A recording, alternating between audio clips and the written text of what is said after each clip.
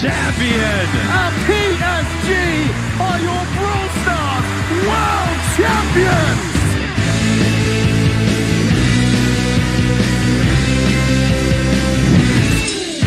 The Brawl Stars Championship is back. It is the finals day. One of them is going to be crowned the best Brawl Stars team in the world.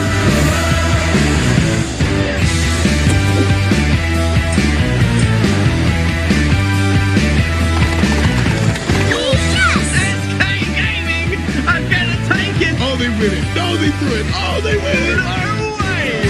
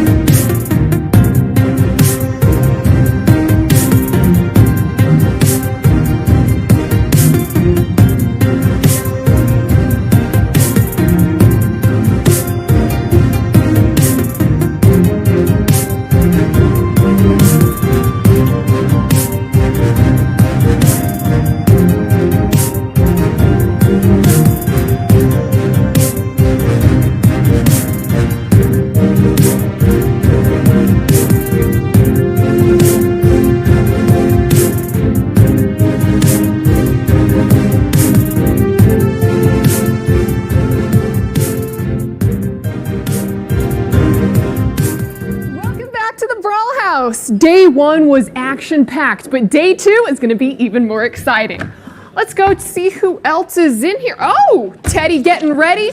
Buddy, I'm not quite sure that's the toothpaste you're looking for, but you know what? I respect it. Fresh breath, fresher cast.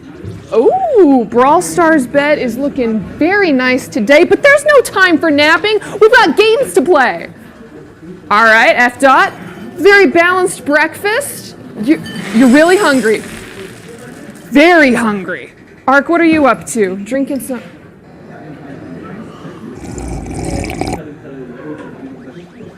It's a refined way to start your morning, and quite frankly, I respect it. But as for me, this is how I'm getting ready for day two of the Brawl Stars World Finals. Let's jump in. Welcome everybody to the Brawl Stars World Finals, and welcome in to the Brawl House. Look at that, $1 million, Ark. $400,000 for that first place. That is an enormous prize. Well, we're going to kick things off with a bang. I think it's fair to say, Teddy, it's SK Gaming versus Tribe Gaming NA. Damage comes through, and they have done it. Tribe Gaming and A are going to the quarterfinals, and SK Gaming is going home. Oh my goodness me, look at that! The studio is so electric! Let's jump right into it then. Bonker Rog is going to take the stage here against INTZ. That's a face of competition. And boom dia, INTZ walking on stage, waving the flag. We're counting down from 3. The kick forward, the punch through. That's going to be it. INTZ, move on, just like that. Coming up next, Queen Nai versus Trick of China. This one's going to be an interesting. For another Hyper Bear, can they defend this one off? Not so far, and that's a ton more damage coming through. This should be it, and here you have it. Queen Nai take the 3-0 victory. This next matchup is going to be pretty incredible, I think. Yeah. We have Tribe EU are going up against Navi here in our last match of the day. And the stun for Drake, the connection is there. MMA is going low. It's the time and ticked out enough. I think that Navi may just have it, and they have knocked out Tribe Gaming EU. You need moments like this to remind other regions that you guys can still take down others, and it's an equal opportunity. Anyone can come in and cause an upset.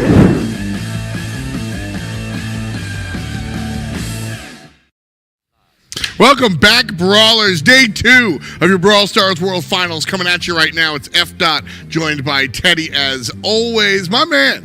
Actually, not as always. They usually split us up because you're in Europe, but now we're all under the same roof in the Brawl House. What's good, man? You ready?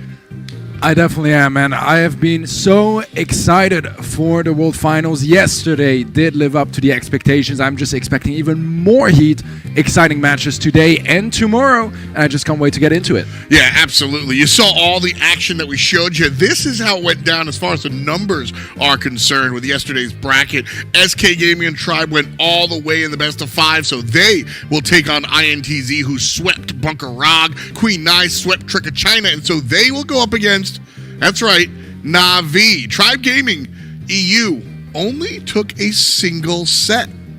Man, what a couple of results from yesterday. Looking at the bracket for today, we got TIG Origin versus Reply Totem to kick things off, shortly followed by STMN Esports versus Team Flash, AC Milan Qlash against Nova Esports, and last but not least, Aphelion Esports versus ZETA Division. You guys know how I feel about ZETA Division and STMN, so we'll get to that when we get to that. But TIG Origin versus Reply Totem, this is the matchup that we're going to be coming at you with first and foremost. And honestly, this one should be really exciting. Reply Totem, that's largely the Italian team. That's been really fun to watch over the course of the year. Yeah, absolutely so. I mean, I supported them since the beginning. I said at the end of last year, those guys, I can see them going to Worlds. They made it to Worlds. You did say that. I remember the question that. now is, can they go further than just those round of 16 matches? They want to aim for the top. I think they have the potential for it. TIG, on the other hand, had a bit of a complicated year, right? I mean, yeah, well said. When you're sharing a spot in a region with Nova Esports, you can only have a complicated year. So it's a bit more of a mystery. They are going to be playing from the studios in China as well. So very curious to see how that is all going to be working out for them. But man, this is an exciting match to kick off the day. That is our first match. Let's take a closer look. Reply Totem, TIG Origin. The blue star belongs to TIG Origin. Reply Totem get a very, very early shot off. We're confident going up against TIG Origin because even though we're third in our region overall like them, our region is stronger, so we hope we can beat them. Go Totem, guys.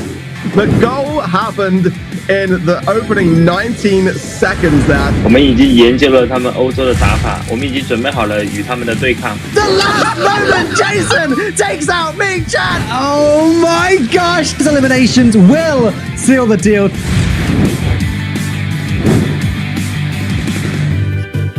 Yo, that's my man, Coach Inso over there with the colorful hair. And listen, I got a chance to talk to him. That's one of the cooler things about these situations in the Brawl houses, getting a chance to actually sit down and talk to the guys. So to Breza, Maori, and Maru, this is a strong team, but they have a strong coach behind them. Listen, I have all the faith in, like you said, Teddy had all the faith in this squad. I needed a little bit convincing. I spoke to Coach Inso, and I got that convincing. There's so much confidence in this squad. They don't think. They know they're going on the next side. It's going to be tough, though, because these 3 players are in their way. Yeah, Plasha, Jason, and Arshui, a great squad for the mainland China region. One of the few representatives left to be competing here at the World Finals. They lost some of their performance mates earlier yesterday. There's a lot relying on those guys. A big responsibility to perform here. We'll see if they're able to show up. But we got the bans coming in already. Lola is double banned, so banned by both teams. B is going to be banned as well as Meg.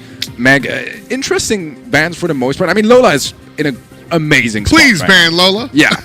But every time it wasn't banned, we saw it pretty much on any map or game mode. So I like that ban for sure. Meg also in a really, really great place. B is what I'm a bit more curious about, whether it's to try to dissuade your opponents from playing some of those tanks. I'm not entirely sure what the plan is with it, but it's a decent brawler. It is very specific, though, to countering tanks. Exactly. And then you look at the Meg ban. I'm up here. I'm not on the field for a reason. Meg has been hot and cold. I mean, obviously, she's all that in a bag of chips when she's in the mech. But when not, we've really seen her collapse under pressure. So for me personally, I would put Meg.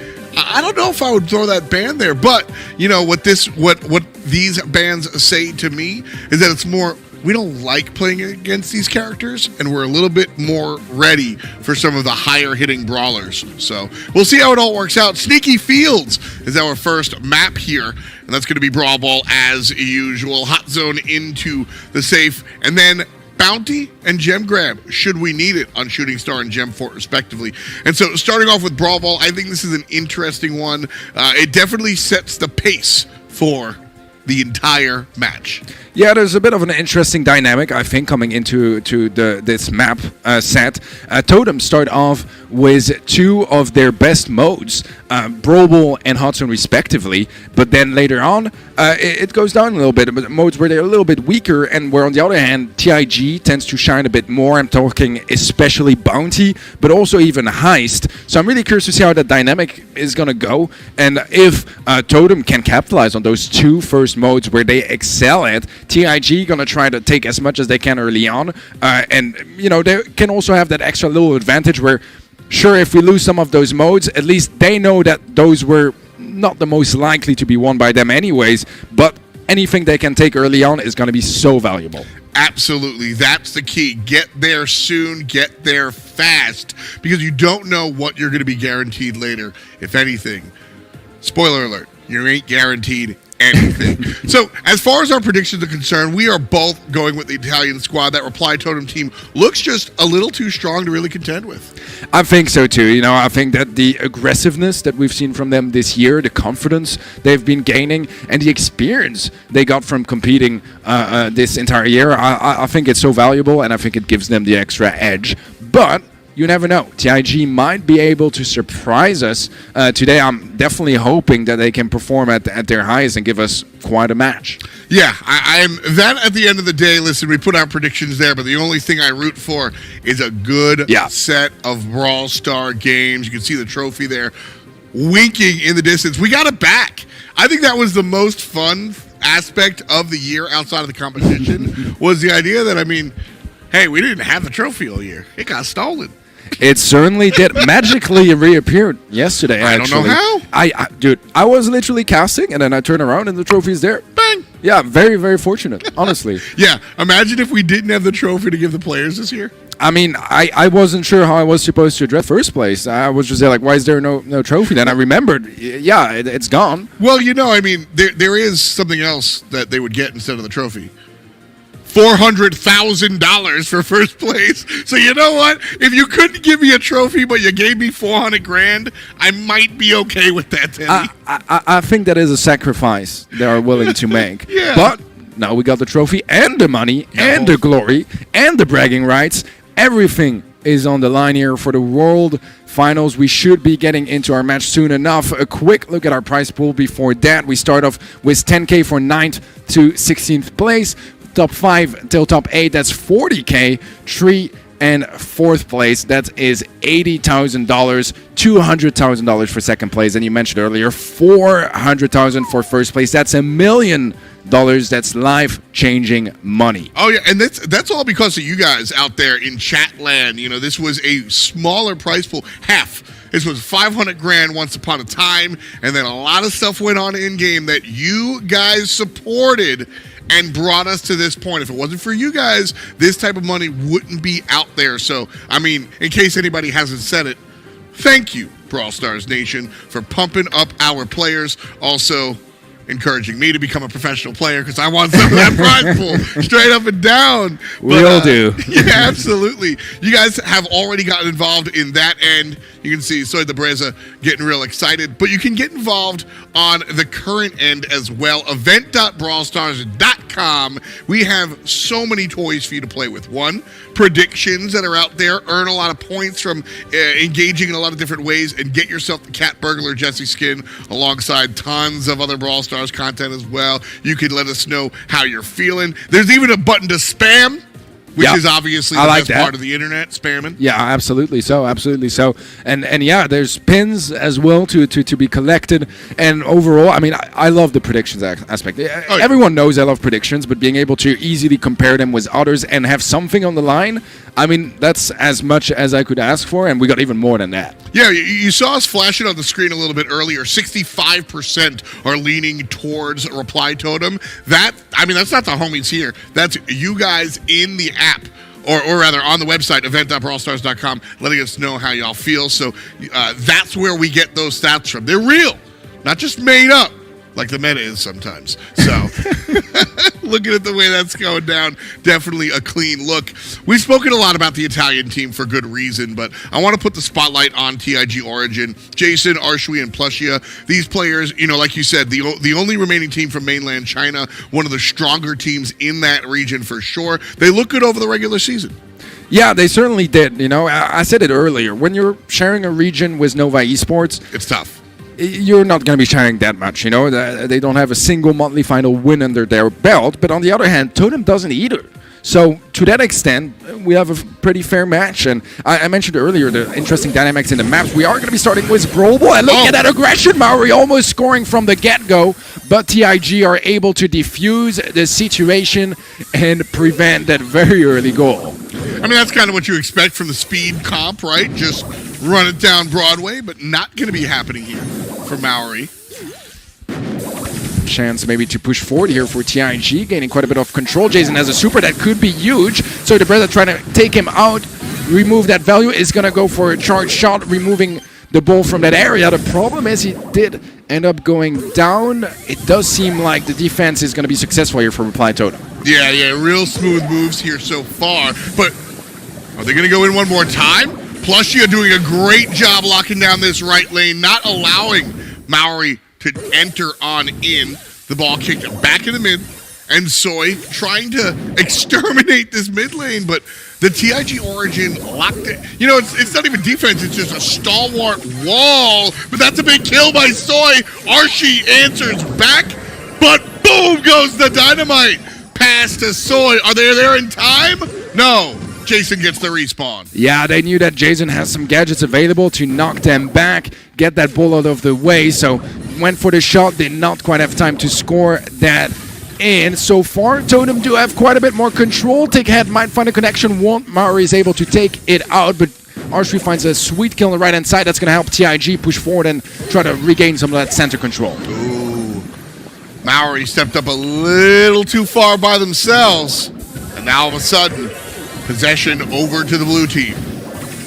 Ball centered, but TIG Origin had the momentum. I use the past tense because it looks like it's going the other way. Slow it down. Plushia on the Rosa has been so important for this Origin squad. I know he just went down, but that Rosa play has been a big deal here. Yeah, absolutely. So Sandstorm is available. There is a super on Maru as well. Quite a bit of utility to work with here for Totem to try to make the first goal happen for today. And Maru is just going to shoot it true. And with 10 seconds left, that might already be game here. Reply Totem going for the ball immediately. They just want to corner it up, play it safe, and that's going to be game number 1 going to the Italian roster. Wow. Listen, I'm gonna ask you the question up and down. That looked like a dropped game by TIG Origin. Not to take anything away from Reply Totem, but that looked like a defendable position on that left side. Yeah, a bit of confusion and panic, perhaps. What I think is really interesting about that matchup is we had the B ban coming from TIG, so Totem read them like a book. Then when you ban B, usually it's because you're going to be playing some of those tanks, because B usually counters those tanks. So the goal here was to find other alternatives to try to deal with those tanker brawlers, and they were spot on. There was that Rosa on TIG. Totem brought in an Ems, great at just melting down those tanks, and they found a lot of value over there. Look at that, Maru, 4 kills, quite a bit of DPS, a little bit lower than Jason's, but in the end the value was there, and he was able to help out and I think make the difference in this matchup. Coming out of the gate, Reply Totem absolutely, they just put their cards on the table. They were like, all right, listen, we want to go fast. That was their whole plan. They were like, listen, we're going to go fast. We read the tank thing, and we want to go fast, by the way. And they almost scored in that opening gambit, unable to kind of bring it home. But then towards the end, like you said, TIG Origin looked like they panicked a little bit, and Reply Totem kept it cool. And that's why they wind up with the first dub. Looking to close out the set, Maori. All right, I like this approach here from Totem, but they are getting punished. It's not working out. That's a quick goal, actually, from TIG. And we were scared of that quick goal in the previous game from Totem, but actually TIG are the first ones to really get some of that action. Plusha going to be popping that super left-hand side. We'll have to fall back a little bit as he got tagged up quite a bit. So the Breza in trouble. Double kill here. Yeah, that surely is going to be another goal. And TIG reply here with a great solution and a quick game. They reply? I see what you did there. Yeah, I noticed it when I said it. I wasn't sure if I was going to make a pun out of it. And I thought, it's pretty bad.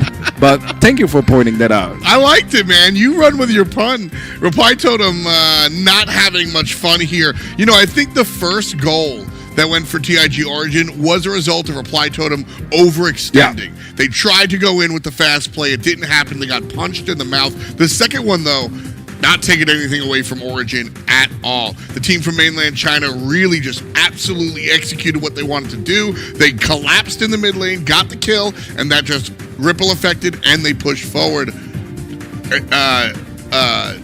0% damage? Yeah, I just saw that as well. 0%? I mean, it was a 35-second game. You didn't hit a single shot? Well, it's Jack. You have to be super up close, and you get melted down before that, then there's not that much you can do. It's not like you can, shoot from afar or get some of that poke damage. That's fair.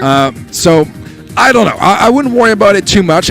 Honestly, I did like the idea of going poke with double tank like this. Yes. I think it's also just a very confident move. It was punished for sure. We'll see how it's going to go down now. Mary falls very early on. So the Breza trying to find a trade onto Jason, but it's not going to be happening. We have a Spike mirror matchup on the right, on the left, Ems mirror matchup as well. Mid is where the difference is. It's Max versus Byron, and so far it seems like TIG got the situation pretty much under control. They have to be really careful not feeding those M supers. They can be so strong near that goal area. Maru gonna fall once more. Is able to corner up the ball, which should create a little bit more space for Reply Totem to defend. They're just brawling better. Like TIG Origin are playing the real classic style where you win a fight, move up, win a fight, move up, win a fight, move up, and then bring the ball with you to score. Look at this. They win a fight, they move up. And just like that, TIG Origin move up to the next set as they collect Brawl Ball, put it in the pocket. It's just the first game. For now, there is first goal, sorry. There is still another goal to be potentially made here, and a chance for Totem to catch up. Jason once more finds a sweet kill onto Sword. Breza Maru is so low HP, should be able to survive the poison. Maru, all eyes are on him. This is his time to shine. He could make it happen here. Maru pushing forward. That's gonna be the goal. Okay, I did speak a little too soon. Oh man, have I sinned? Let's take a look.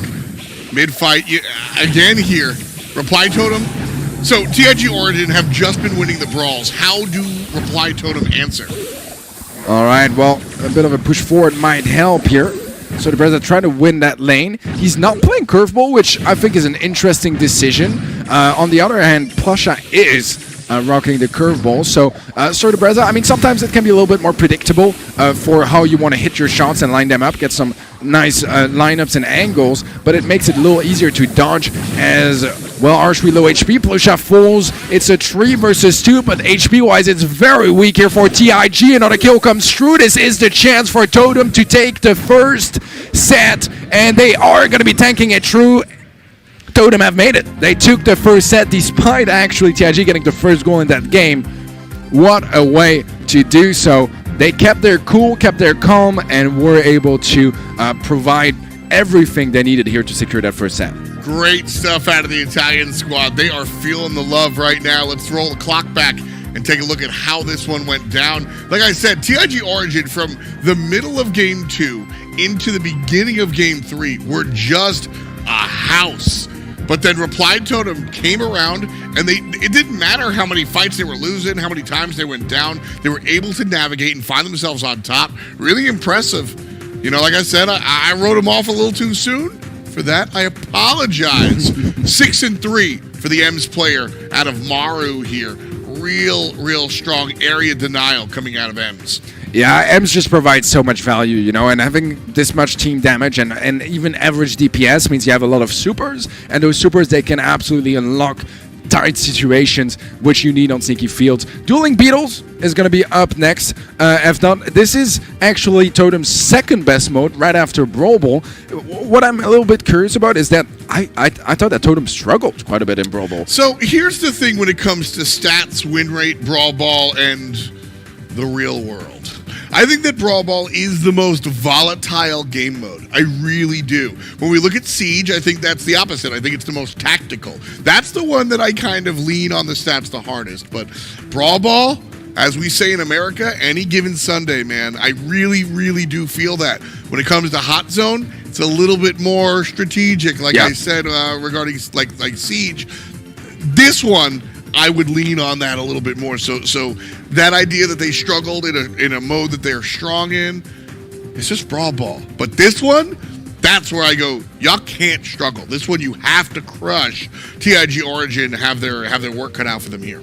Yeah, I think at the end of that first game, of that third game in this first set, this is where I started thinking, okay, Totem are starting to feel their groove, gaining their confidence, because we have some 1v2 situations that they won and scored after. And doing that on stage, you have to be able to just control your stress incredibly well. And I mean, you know, they're riding off a little bit of momentum now. They were especially able to save that first set. That would have been a disaster for them, losing their best game mode early on. It's their best chance to gain an advantage. They did so. Now the question is, can they capitalize? Can they just roll on that momentum? And see, that's the thing.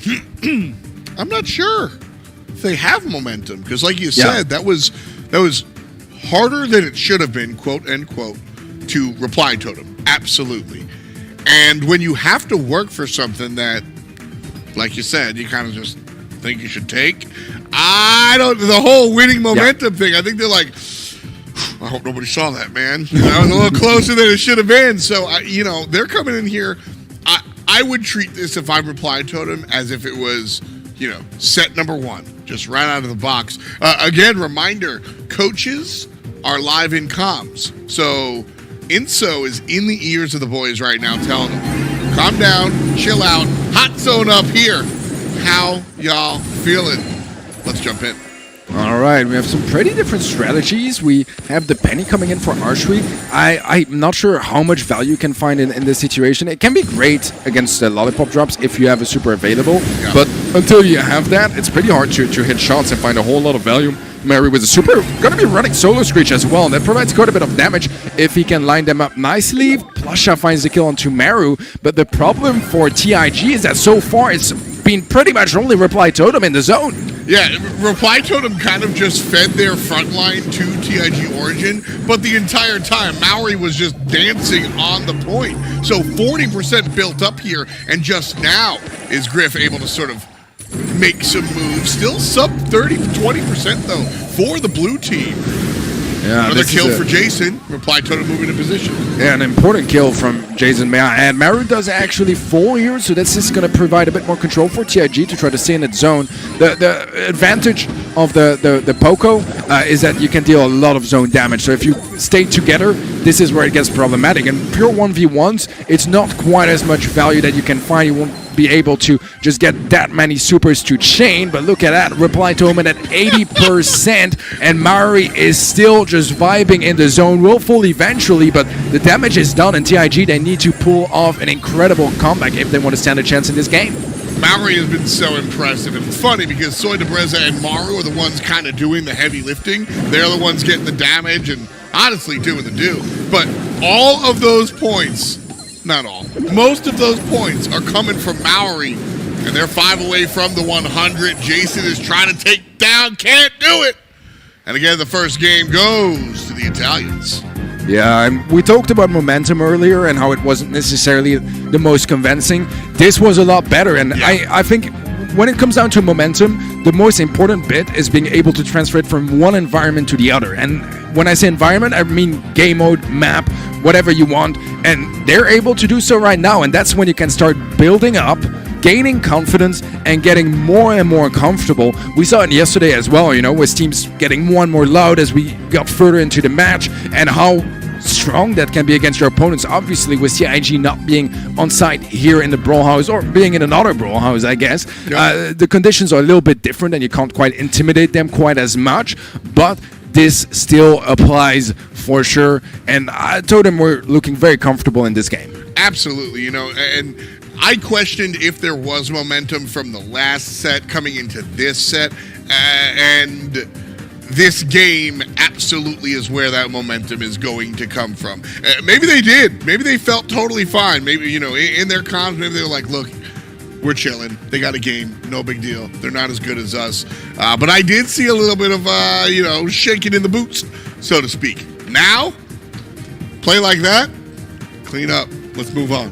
Yeah, but what I think is really impressive with Totem so far is their preparation to those conditions as well, you know. I think they're doing a great job at picking specific brawlers that fit the situation very well, considering the conditions of this match, and I think it's working out great so far, able to capitalize on it. I think Poco is a really, really good shot, provides a lot of value, easy to hit your shots with, and it can mitigate some of the other issues, and I think they're doing a terrific job, and that research is paying off so far. Question is, can they make it a second set now? Sure. Or is TIG going to be able to contest it?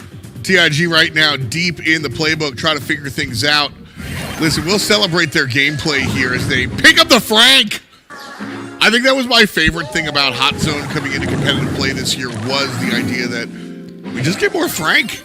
But they go Frank and Rosa, further following your analysis of the B-ban here. And Jason momentarily makes himself known as the Poco returns.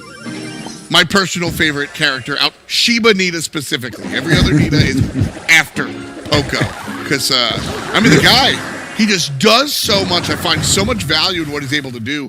You combine Poco with the player Maori and his ability to dodge and weave these shots. A little bit closer this time as TIG Origin have that tank on the point. Yeah, it's 10k HP. A lot to deal with here. And Plusha getting some kills as well. The collapse. Will Plusha live? No! Reply Totem. Bang, bang. But Rosa follows up.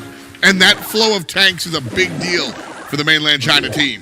Yeah, TIG are catching up. They are actually able to overtake the lead, but the double suck coming true there from Maru. Double kill follows up, and this is so important here for Totem. 80% secure. They are taking back the lead, and TIG, they're not done fighting just yet. They're still pushing forward. They want to contest it. They have that super available on Frank, but can they place it in time? It goes true, but it doesn't find a connection, and Reply Totem make it 2 sets in a row. Real clean. That one, I did not call early. I saw that one just like that.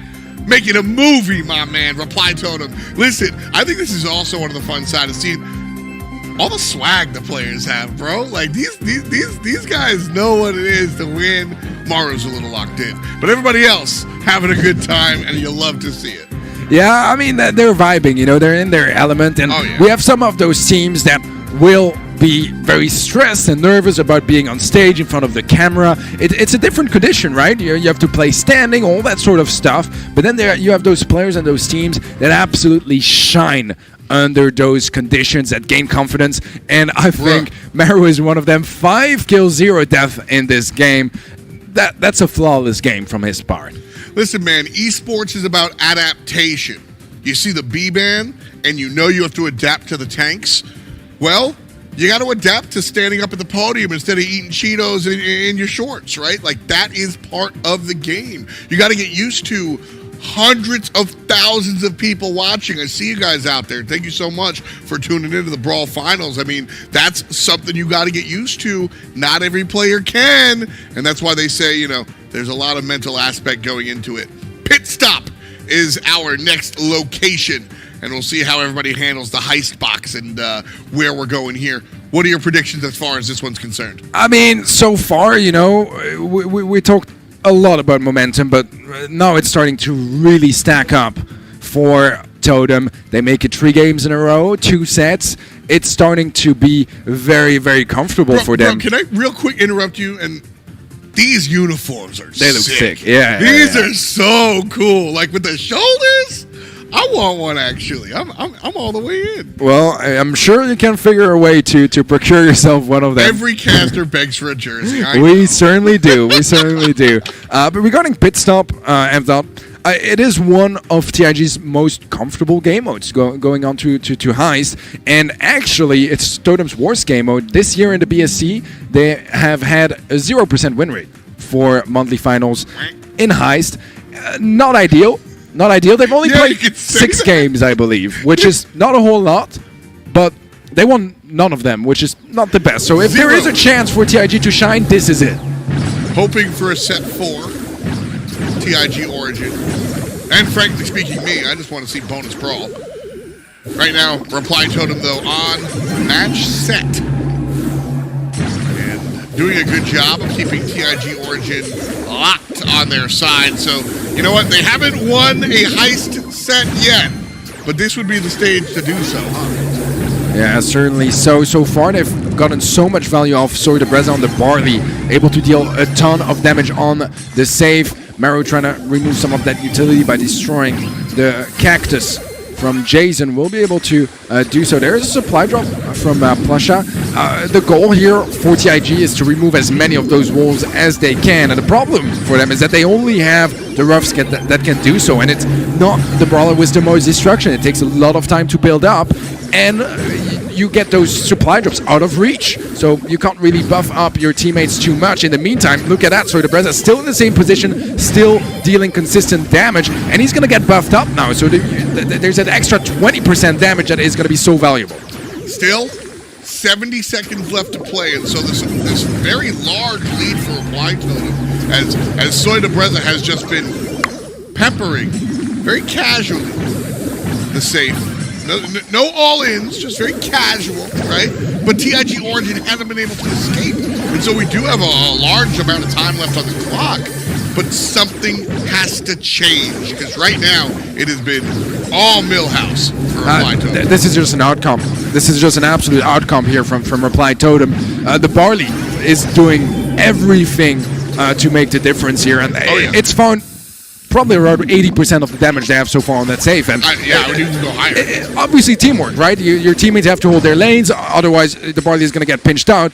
But the value is absolutely insane here for Totem. Only 20 seconds left, and at this point, TIG, they need to deal 77 percent damage to take back that lead, and in 10 seconds, that is just physically not possible. Reply Totem about to hit match point and are just 1 game away from the quarterfinals.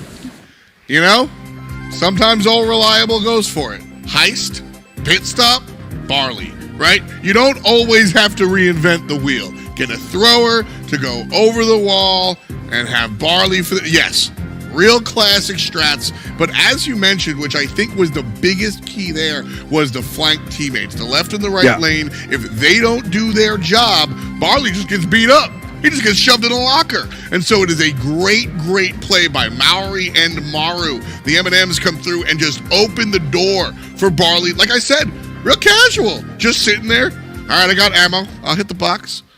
All right, I got ammo. I'll hit the box. 7-1 he's able to do. And look at that. Talk about teamwork. A perfect split. 33% for all players right there.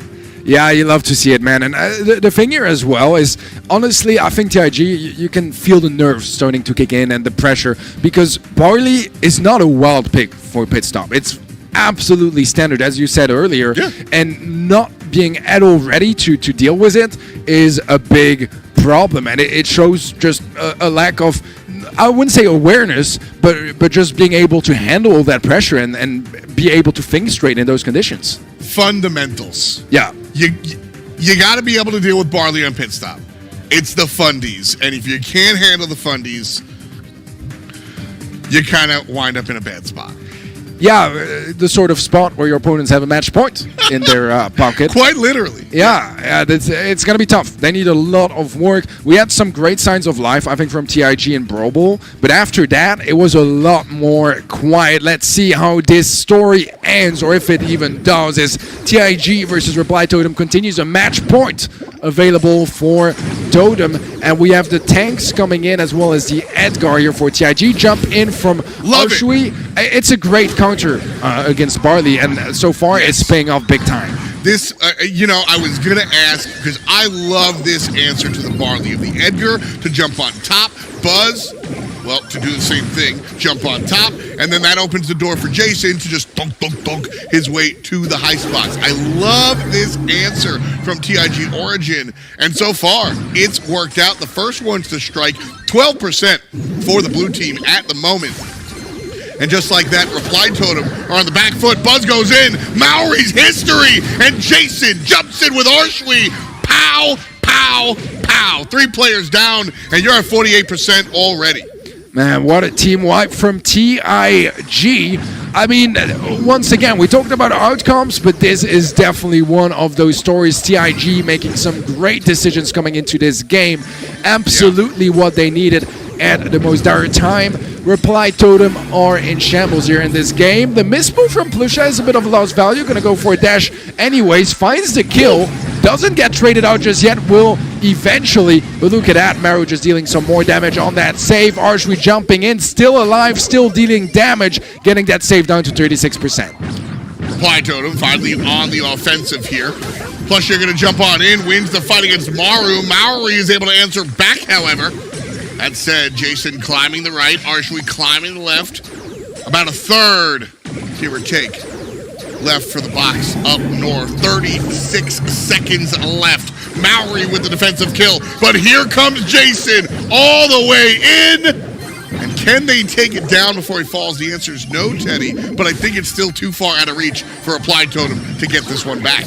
Yeah, 70% lead with only 20 seconds left. They do manage to take down Plusha. They need some quick kills here, but they can't leave any space. They have to defend at the same time as attack, and this is just not possible at this time. Not enough time left, and TIG are back here with a game secured.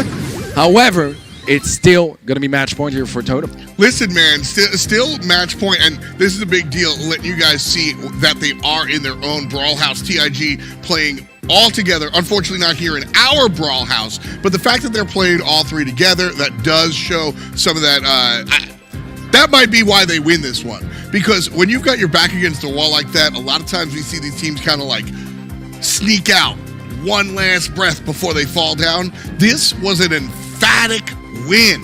And when you rattled off the stats before, a reminder, Teddy told us that Reply Totem have never won this game mode. And TIG Origin, this is their house. This is their best spot. You know, after that performance, that was as convincing as game 1. It was the opposite way convincing for game 2. I think we might see a 4th set.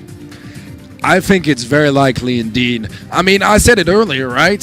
Heist is where TIG stand the highest chance of taking a set. They've shown the signs of life that we needed them to. The question now is, can they commit fully? Can they secure that set that they so desperately want? Knock off those match points out of Totem's hands? It's still going to be tough. Totem are so close, they can taste the quarterfinals, and that is something that TIG need to be worried about. But the signs of life are there, and that's already something to start with. You know, that's also something that we rarely talk about. We talk a lot about momentum. We talk a lot about getting in your own head when you're down. What about getting in your own head when you're up? Like, all right, boys, put your feet up. We loving the smell out here. Everything's good. Reply Totem to the future. Well, you didn't win yet, dog.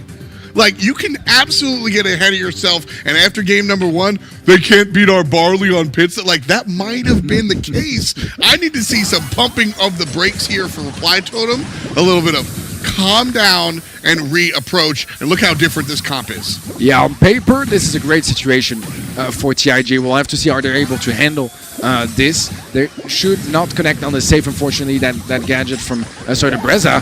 But what does connect on the safe is those 3 players. They did leave the Rico undefended on the top, and that can be a very, very problematic. Rico has a very big damage output so far. The decision has been just slightly in favor of TIG, but Totem are still committing. They are going for that base rush and trying to just out-damage Jason. Jason sees the situation, decides to fall back with his teammates and help defend.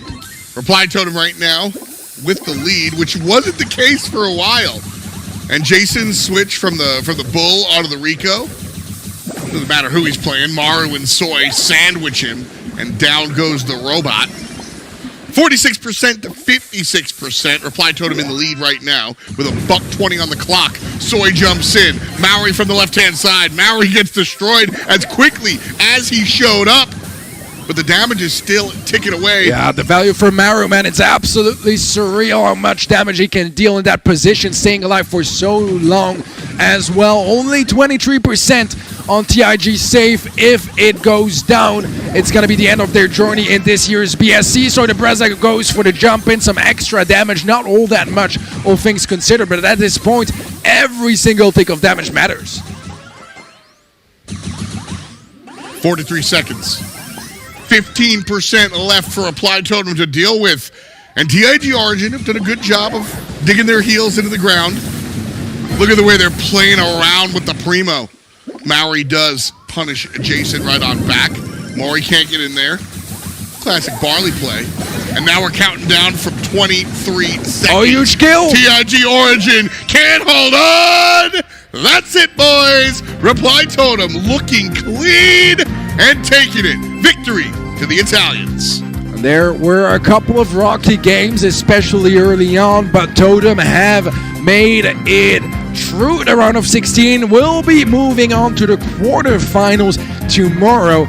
Great performance on their side. Happy celebrations as well. Hey. And Coach Enzo joining up to congratulate his teammates. Great stuff from Totem. TIG gonna be disappointed with their performance, but I think they can be proud. They showed some really great signs of life here, and we're just never able to get the momentum rolling and winning multiple games in a row. Yeah, at the end of the day, we saw them. We absolutely saw them play well when they knew what they were able to handle. But Reply Totem, I think, were just a couple of degrees too hot. The M&M boys here, Maori and Maru, really combined to let Soy do whatever he wants to do. Debreza really just, he wants to, the strategy of this team really seems to be Maori and Maru do the heavy lifting to open the door for Soy Debreza to be the objective guy. Whatever mode, whatever map, he's the one able to kind of find those positions. And so you truly do love to see it here. Look at the tank stats. 0.5 KDA, not great damage or whatever, but hey, I'm Bull, dude. All I have to do is chunk. Exactly. I mean, for those tanks, just existing is enough pressure to help your teammates gain some of that control and get to the safe. Great stuff from Totem overall. I think one of the brawlers that impressed me the most in this match so far was the Ems. So much value found by Ems. We are in the Brawl house here as well. We see everyone in the lounge congratulating the players for their victory, a well-deserved one, as well as they end up taking TIG down with a 3-0 scoreline. Yeah, I think that's the most fun about being here at the Brawl House, is seeing all the players just chilling, vibing, hanging out. Most valuable player going to Maori. Number 1, he says up there, and number 1, he is for sure. Of course, MVP given to us by y'all at home. Event.brawlstars.com. Get yourself in the know. And one of the fun things here is, you know, you earn points for correct predictions. You just earn points for voting in the MVP. When it comes down to it, whoever you think was the best player on stage goes for it. For me, I absolutely no shade to the MVP. I like Soy. I think Depreza really came through and did what the team needed him to do. But again, this was one of the most holistic, like all 3 players combining performances that we've seen so far, I think. I think so too. It was very much a team effort. I think they took a lot of great decisions in comps, but even execution was very, very clean. I mean, they dropped 2 games, I believe, in total. In a best of 5, that's a great performance. You're happy with that, man. They absolutely are, and they are going to be prepping for their match of tomorrow, I am sure. Man, I'm excited to see some more Brawl Stars today. This gave me a really good pre-taste of what's coming next. Well, we have 3 more matches today. Coming up next, STMN going up against Team Flash. We'll be back in a flash right after this.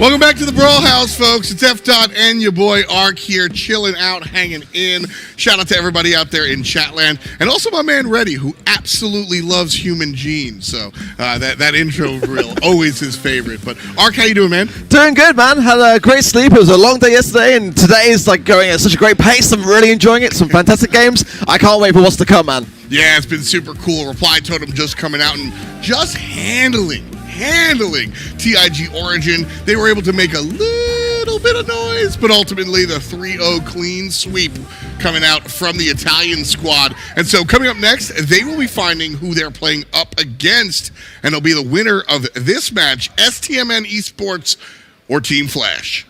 Yeah, honestly, this one is, this is a tough one for my predictions, but good news, I got one with Reply Totem, so I'm doing far better than yesterday already. STMN, of course, from North America, and LATAM North Team Flash, of course, from the SESA and ANZ region, and the current world champions, the 2020 Brawl Stars world champions. They lift they lifted the trophy last year, so they know what holding that gold feels like.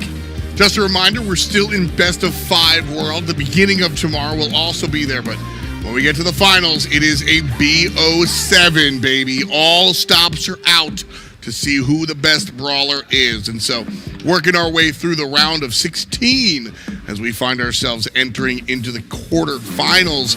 Like we said, STMN are the squad that are going up against the former world champions. And whoever wind up being the world champions this time around take home a clean 400K. Yeah, that's not too shabby, is it? Realistically, not bad at all, dude. Not too bad. Not bad at all. I was joking with Teddy. I was like, "Hey man, do you want to make a team?" He was like, "Yes, not with you." And I was like, "Oh man, that hurt." Cuts deep. Yeah, that cuts He's deep. probably right though. Probably. Yeah, probably. Event.brawlstars.com. If you aren't playing, you can still get involved in the games. Let us know your predictions. Get involved with a whole bunch of ways to get points and pins. And also there's a button you can spam. Yep, that's for cheering. Yep, and just don't listen to any of my advice on Twitter because yesterday was a bad day.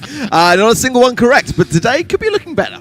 Yeah, absolutely. You know, brand new day, new sunrise, you know, new ideas on the board. Stamina, this organization, North American players organization out of Mexico. This is a strong team. Bobby, OG, and the guys, you know them from the world of like content creation, but what do they look like on the field? Let's find out.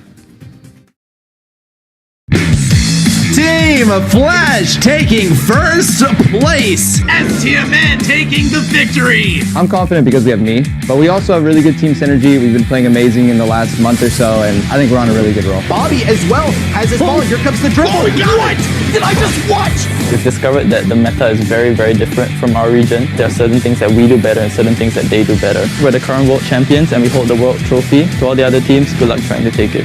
Team Flash back-to-back champions.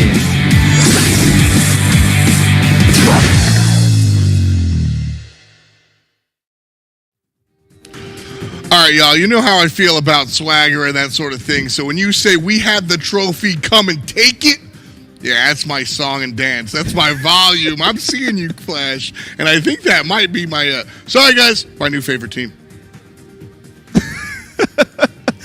Honestly, I feel like this is going to be an absolute banger of a match, I've got to say. I mean, for STMN, it's third time lucky. You know, they missed out in 2020, they missed out in 2019. This is their moment to shine on the world stage. And I mean, they've got a fantastic opposition. Absolutely. Nuts and bolts is where we're going to be starting things off today. And an interesting one for sure. When it comes down to nuts and bolts, like we said, you know, or like I always say, I find Siege to be a little bit more of the X's and O's, a little bit more strategic than some of the other game modes. We'll hit Hot Potato and Layer Cake as well, and Pinball Dreams Ring of Fire if we need it. And I think we might need it. Bands, though, we don't have a single Lola band. Last time we had 2. Yeah, I mean, and that's surprising for me, I've got to say. I mean, we saw a lot of Lola yesterday, far more than I was actually expecting to see. And we can just see how suppressive she is in that same respect. So Sandy and Meg. Meg is actually a brawler which I feel is being underbanned, actually. So I'm pleased to see Meg being banned. Another brawler which can have a big impact on the outcome. Stu and Spike then as well. Spike is actually kind of an interesting one. A brawler you just don't tend to see that much, but you tend to see a great deal in terms of play rates. Yeah, Spike is one of those characters like Byron, who like always sit right under the ban line. Flash say no. And, you know, I think that's a little bit of insight. You heard Flash talk about how vastly different the meta is from what they're used to at home. And I think that's what it is. When you look towards the rest of the world, Spike is a staple that really ties the room together. And what if we just take it away? Yeah, and, you know, that's a brawler which OG loves to play as well, by the way, on STMN. So it's going to be very interesting to see how they adapt. I've got to say as well, looking back through my stats as I was getting all prepared, this is a great game mode for Team Flash. They've got a 76% win rate on Siege, 16 wins to 5 losses. On the side of STMN, they've got a 37% win rate. That's not great. 7 wins, 12 losses. So this should be, realistically, a great chance for Team Flash to get an early lead.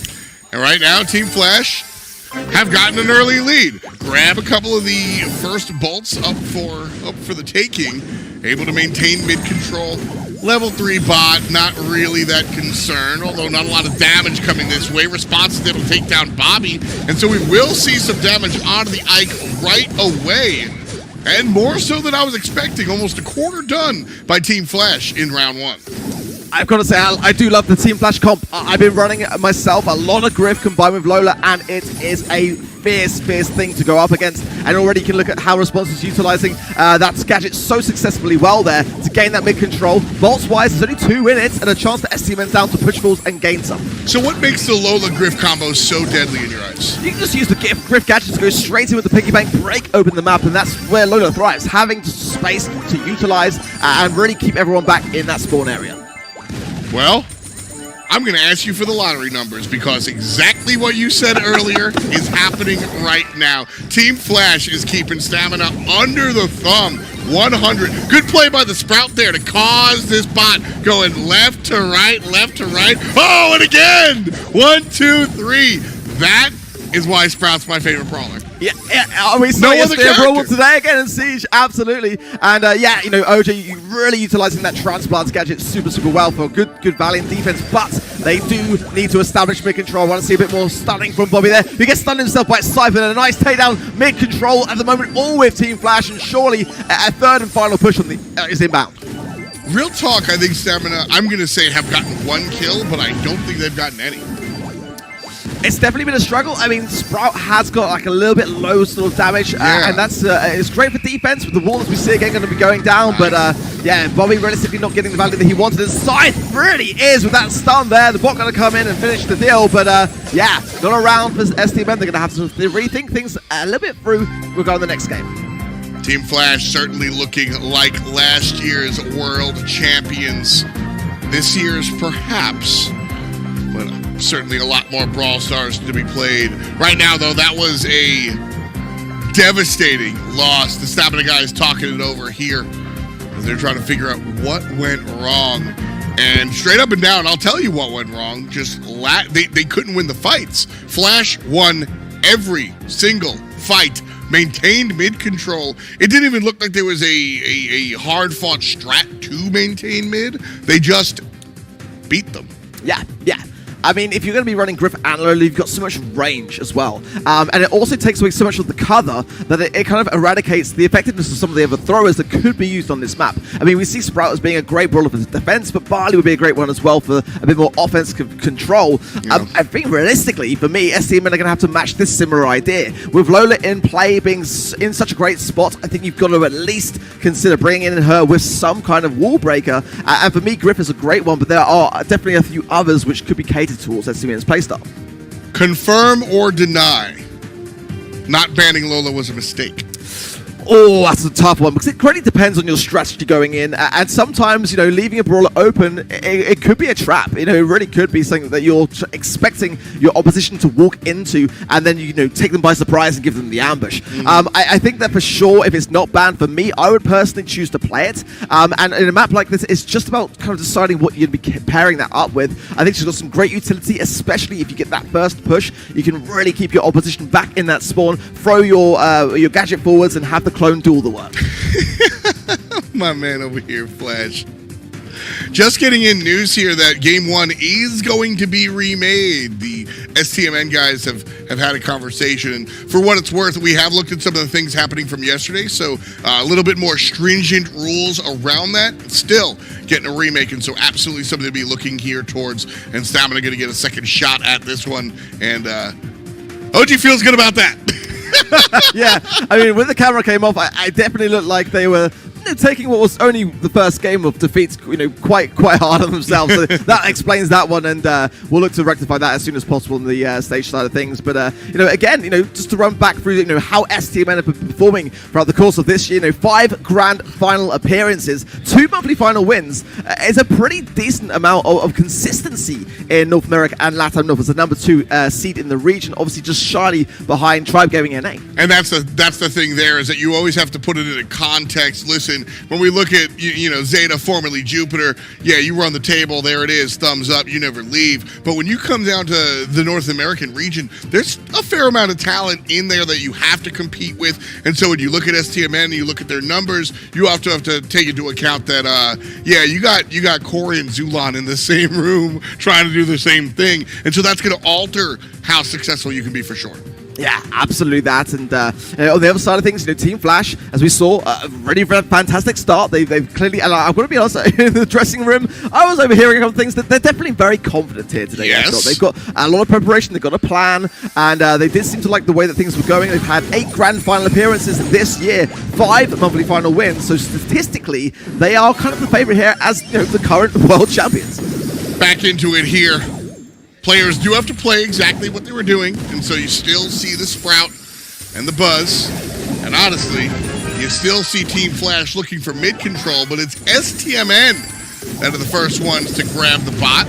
Much different outcome this time, as the bot is already 33% dead before it crosses the line, and 4% done for the blue team. Yeah, but I like the difference in the way that STMN approached this game. They really valued obtaining that first round. They kept the buzz really low. Now Side, though, has got that super, as has Bobby. And Bobby's being very patient around it.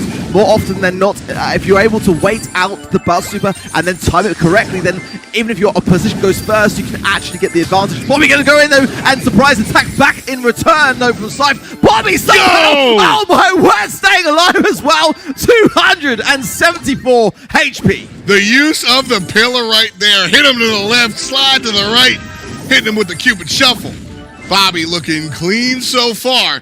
And that 2v1 confirms a second bot for STMN. Level 8 this time around. Less damage dealt by Team Flash. Barley locked out, but able to deal some damage. And just like that, 61% remains for Team Flash's Ike. This is looking far, far better. Look at the pressure from OG there and the takedown there on CZK. Response though with a really impressive left-hand side lane control. Bobby Oloba goes in for the smash on the side, leaving himself and Zara on the right-hand side to collect the bolster. They've got a decent lead. 15 seconds though until the final siege. There is still time here for Team Flash to make a turnaround. Oh, the combination damage on CZK. And OG takes down Scythe. Response is locked there on the left side. Whether he's alive or dead, well, now dead, effectively dead because of the zoning from the Barley AoE. The guys are barking. They know how they feel about this one. No time left. Team Flash are going to look at game 1 fall through their fingers. And the stamina guys are loud.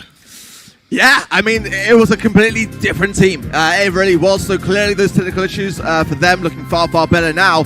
They really value that first belt. Getting the lead is so important because if you don't have that first push, the Griff on the side of the pig bank and the Gadget can just open things up at their will. That was the thing which just kept Team Flash, you know, just retained in that respect. Some of the highlights coming at you, that was the absolute highlight for me. Bobby taking the 1v2. You know, I thought this was going to be a moment where Response was going to be able to push in and kind of take advantage of the attention to the right lane that STMN were giving. But instead, Stamina finished the fight on the right real quick and locked Response out like he was in curfew. Yeah, bringing in the Barley as well is a difficult one to call, really, because ultimately, if you lose that mid-control, then you're going to have less places that you can effectively hide behind to try to re-establish that control, but it does work really, really nicely, even with a Sprout, because they're kind of expecting that to be had on the other side of the field as a pretty decent option when it comes to their defense. So I do like the Barley pick, but it is a risky one, it's got to be said. Do you want to see a change here from Team Flash, or same thing that they did before?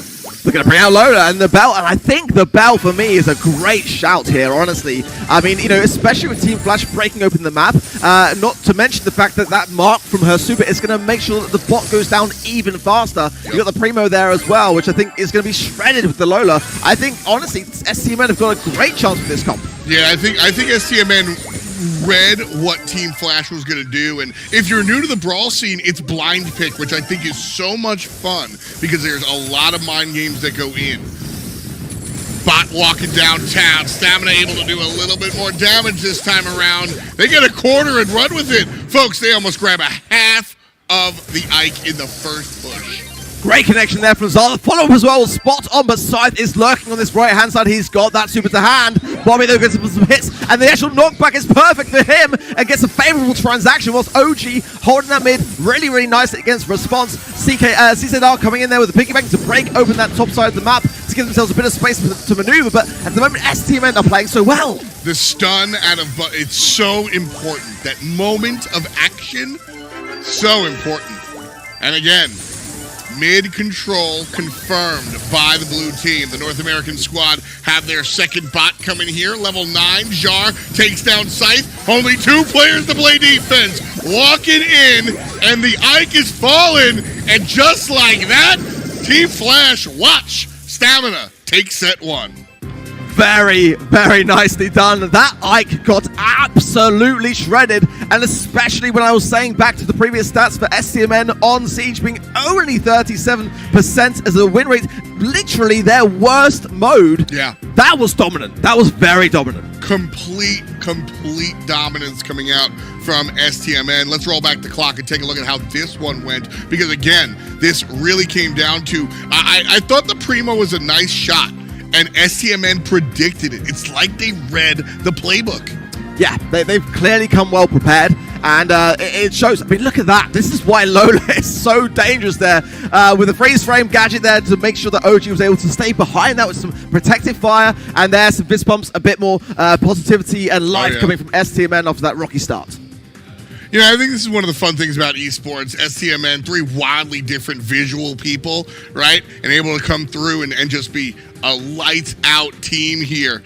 Moving on to Mortis's Mortuary now. How are your feelings about this this fun spot? Again, I mean, this is, on paper at least, a game mode which does favor Team Flash. Now, the way that Hot Potatoes kind of evolved has definitely changed a lot this season. You know, it was very much a Rico mid or side lane affair. Yeah. But that's kind of all been shaken up. Personally here, I really like the Edgar. It's a great brawler to have to be able to counter various throwers or the Rico should it still come around. But Griff is starting to come in with this kind of strange meta now, with sometimes Colonel Ruffs coming in and the Wall Breakers just breaking everything open. I've even seen Sandy played in Hot Potatoes sometimes, which is a mad one, but not going to be seen here. Banned out, but there is the Edgar. Yeah. Lola for the mid. This I like to see. The Byron, though, is an interesting choice from Team Flash. Definitely more survivability, but you've got to land those hills. Yeah, Byron is a really clean go-to character for a lot of teams here at the Brawl Stars World Finals. For good reason. I think he's a very well balanced character. Not with respect to the game, although yeah, sure, but more in the sense that he can provide some offense, he can provide some defense. He really brings you whatever it is that you need. Right now, Team Flash need a little bit in the defensive end because Bobby and OG are leading the charge, chunking away. 14% done to the heist box already. Team Flash with a pretty decent defense in all honesty and holding their own. Those rough sandbags coming into play, and Zal throws down the supply drop for Bobby to pick up and shows his gratitude with a nice little pin drop. But again, at the moment, Team Flash are holding their own and pushing forward just very slowly but surely. Scythe has super to hand as well, and he'll be looking for the perfect time to use that. And everyone on the blue team is staring at Scythe. Look at even how the left lane has shifted over to mid, and that's how quickly it is. The target prioritization of the Edgar. Oh, I'm getting excited, Ark. That's the micro that I love to see. I love that play from Bobby. So simple. Just make the aggressive play and just deflate a lot of that aggression from that right-hand side lane and flip the reversal. And now it's Team Flash back on the defense when they had a great opportunity to push forward. STMN get the push. And look at Bobby cycling so well. Snowgy behind. Oh, my word.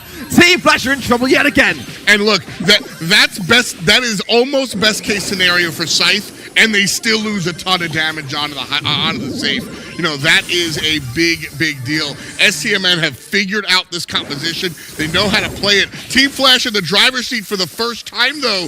They got half a minute left. Mathematically, they can get their way back into it, but it's going to be a tough one. The problem now is that they've fallen so far behind, and they've got to keep back Bobby, who could have just gone in the safe there. ZZK just doing a great job of keeping him back, but they would really have liked to push that more aggressively. Cypher's ready, as was responsible. They had to hold back Bobby, and there you go, the team wipe. But was there Bobby going in with the final here as well? Woo! This one is going to be all over. No way can Team Flash come back from this in time.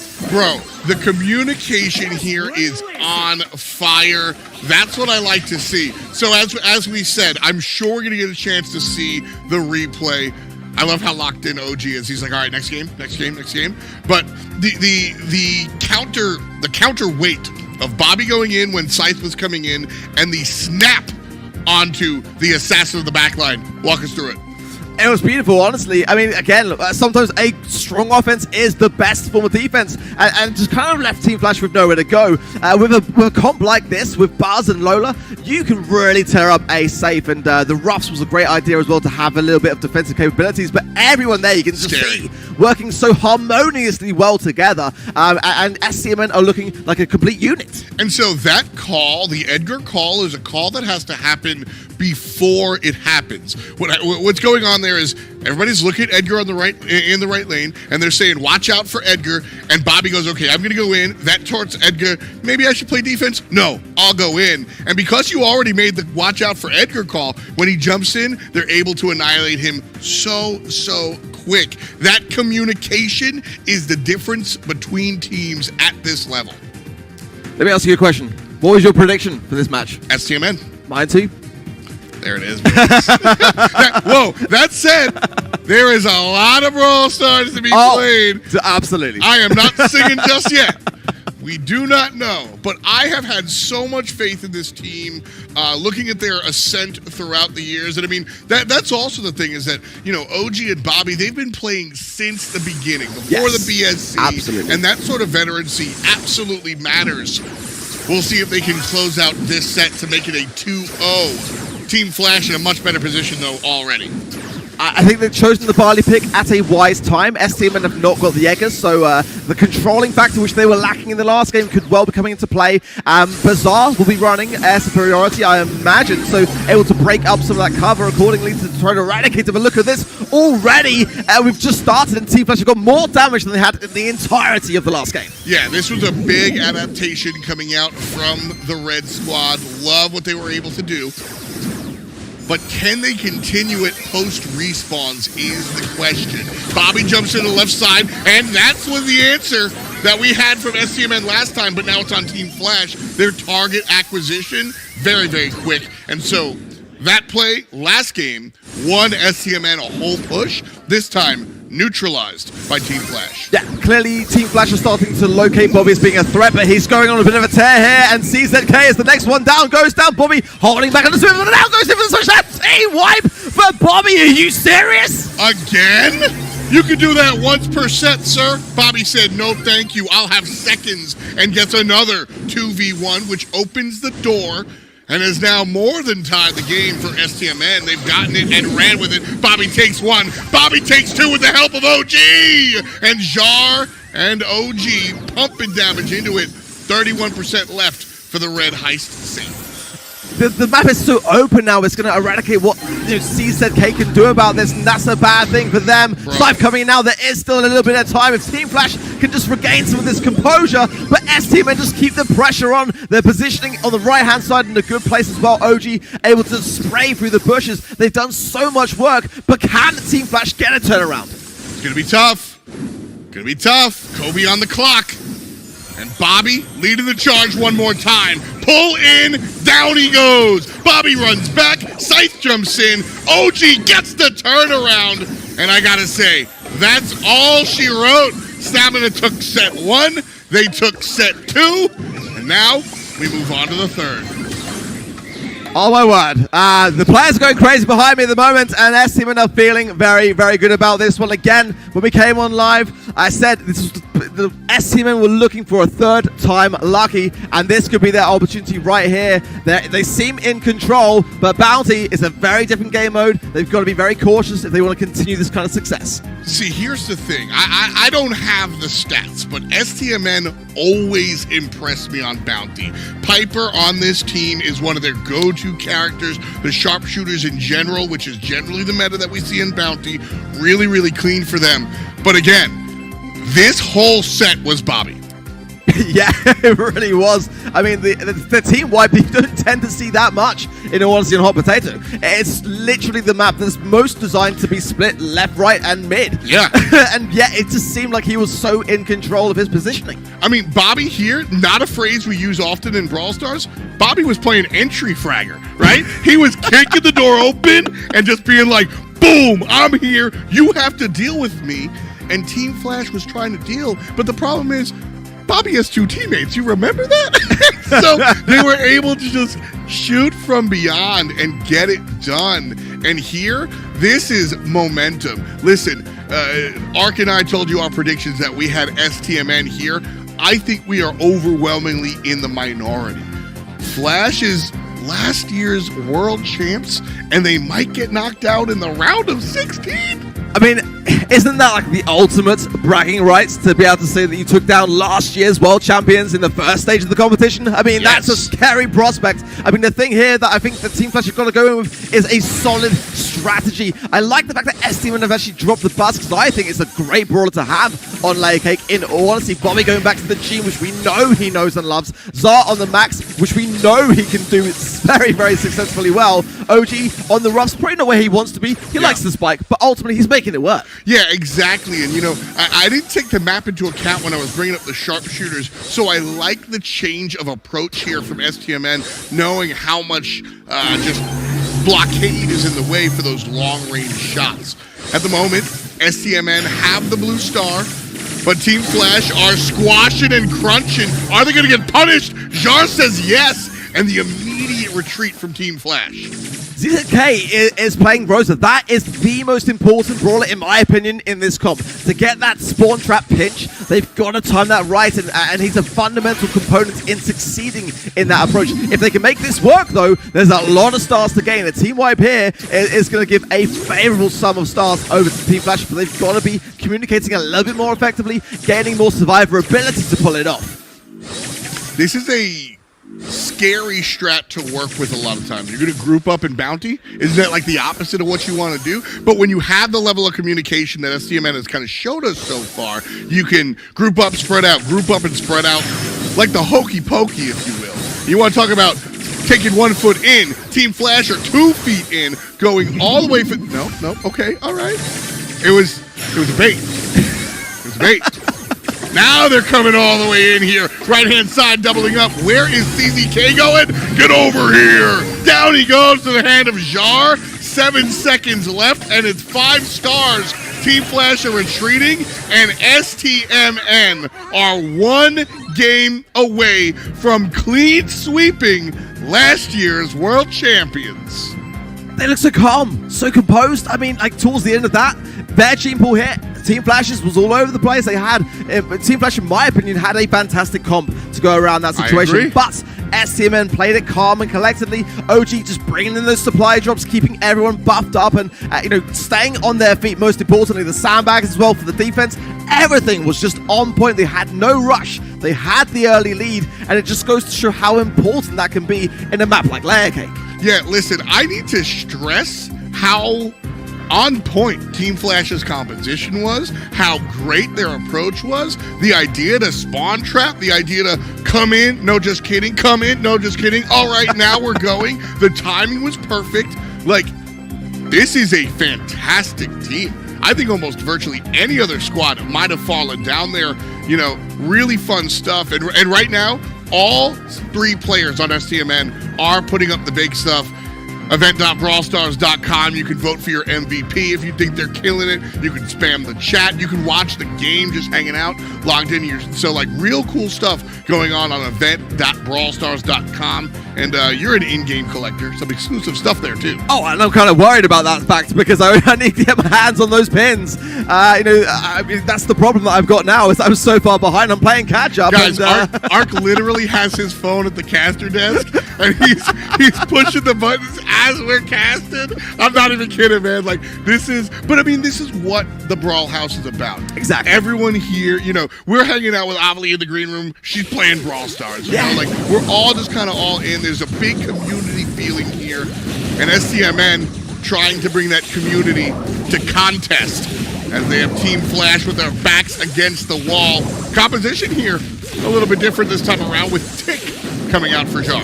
Yeah, Team Flash have got to establish more control, and they went for the tick themselves. It just so happened that STMN came in with the same idea at the same time. I like the Sprout pick as well here, good for control. And Team Flash have clearly put a lot of thought into this because when the camera was panning past them, they are looking pretty shook. They've got to start to tie things up a little bit more than they have been because, at the moment, they haven't got a single game under their belts. A very active bounty game here. 6 kills, or 6 stars rather, for stamina. 5 for Team Flash. They do have the blue star, but that only matters should we find ourselves tied up, which we don't. And with a minute to go, it's anybody's game.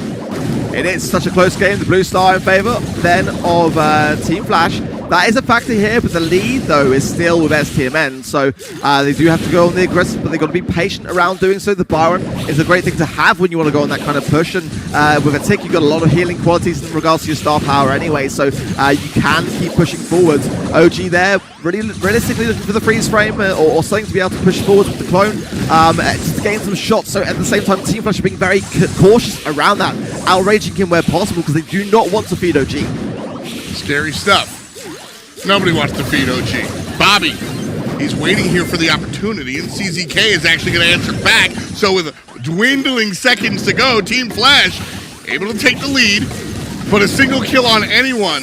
Actually, if they tie it, they still lose because of blue. Scythe gets the kill on a Bobby, but OG answers back. 15 is enough. And just like that, Team Flash say, we will not go quietly into the night.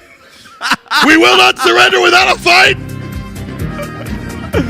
Perfection. About time. Team Flash getting some momentum here, but is it too little too late? They've got to really come together now and think this one through. They've got a good healthy start at just the right time realistically. They're gonna have to think this next come through equally with as much care.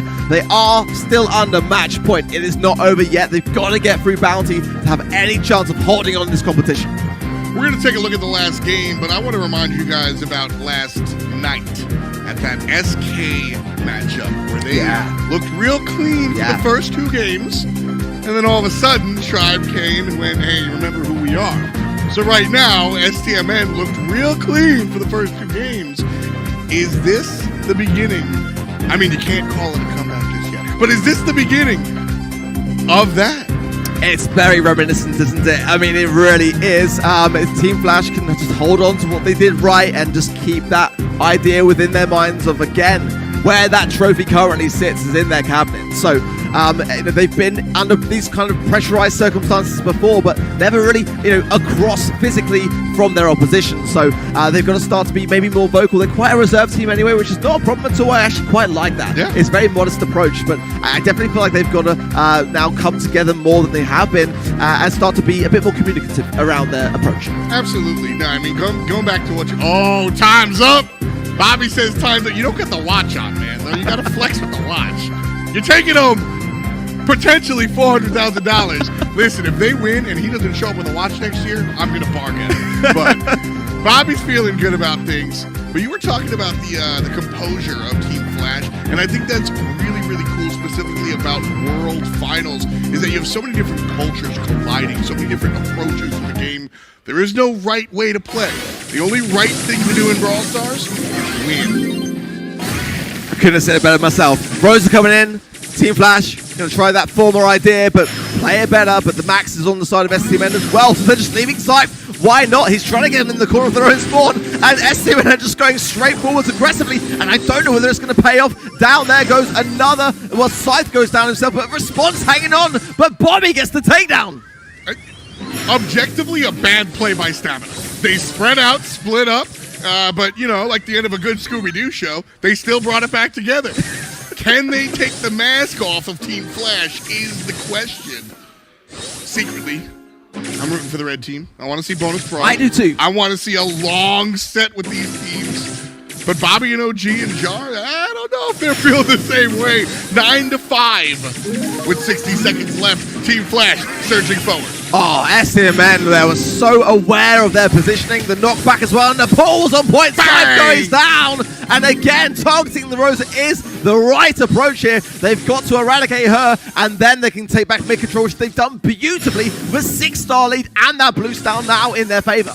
Positioning is the word. They know exactly how close they can be to strike, exactly how far they can be to run away, and bad luck 13, that's a baker's dozen. All good luck for STMN at the moment. Again, counting it down. Kobe on the clock. The defending world champions might not make it out alive. Arc, can they fight back? STMN look like they're shaking their head no. One final push is all that is left for Team Flash. Can they get the team wipe? And is there even enough stars? If they do, the partner's there. That's it. Oh my word, the wipe is there. STMN have done it. Team Flash lifted the trophy last year. They will not be lifting it this year. Hasta luego, my friend. There it is. STMN move on from the round of 16 in an emphatic matchup, only giving a single game to Team Flash. Oh my word, what have we just witnessed again? You just never know what is going to happen next in the Brawl Stars World Finals, and STMN are over the moon. They are through to the quarterfinals. It is such a good year, it seems, for North America and LATAM North. I mean, it's such a good year for Brawl competition in general. That's always what I want to see. I want to see something different all the time. Much love and much respect to Team Flash, who won't be moving on. Y'all got your stage last time around. Show me something new. Continue to move things forward. That's the style here. Let's take a look, well, backwards at our highlights from this last set, because this was a barn burner.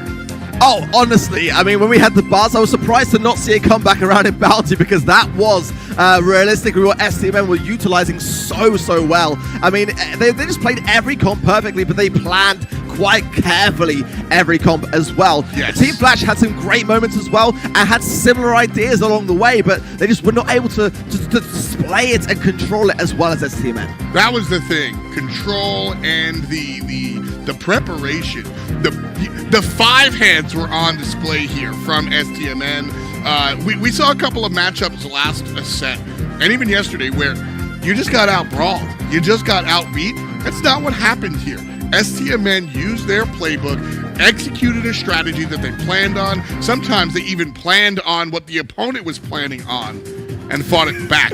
So much fun to watch. I'm sure y'all can hear him. I think that's something that's Qlash chanting. We had that last year as well. Very vocal. Again, the energy in the Brawl House is just so electrifying. Yeah. Wild out here. And you know, what I keep saying is that, like, on the battlefield, it's all mean green and, like, gotta win. But once they're gone, they walk back into that Brawl House and everybody's boys, everybody is friends. It's a real community feeling here that, like, you just don't see everywhere. Yeah. A lot of fun stuff. We still have a lot of fun Brawl Stars on the way. 2 more matches coming at you. I think we might turn the TV on. We'll be back after this.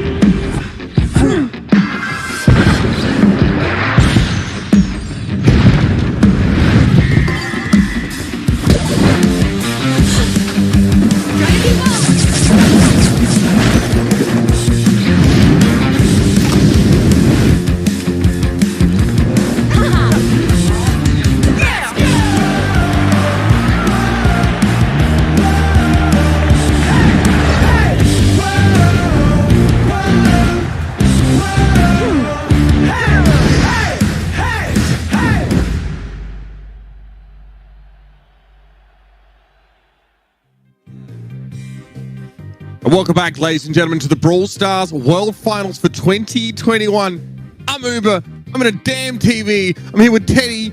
He's got his pin-looking flyer, my guy. Good to be back with you here. And we are almost done with our round of 16, but every one of these games has been ridiculous. Man, this has been so exciting already. I mean, Team Flash and STMN, what a match that was. STMN looking deadly today, absolutely deadly. Looking forward to see how they compete in the quarterfinals, man.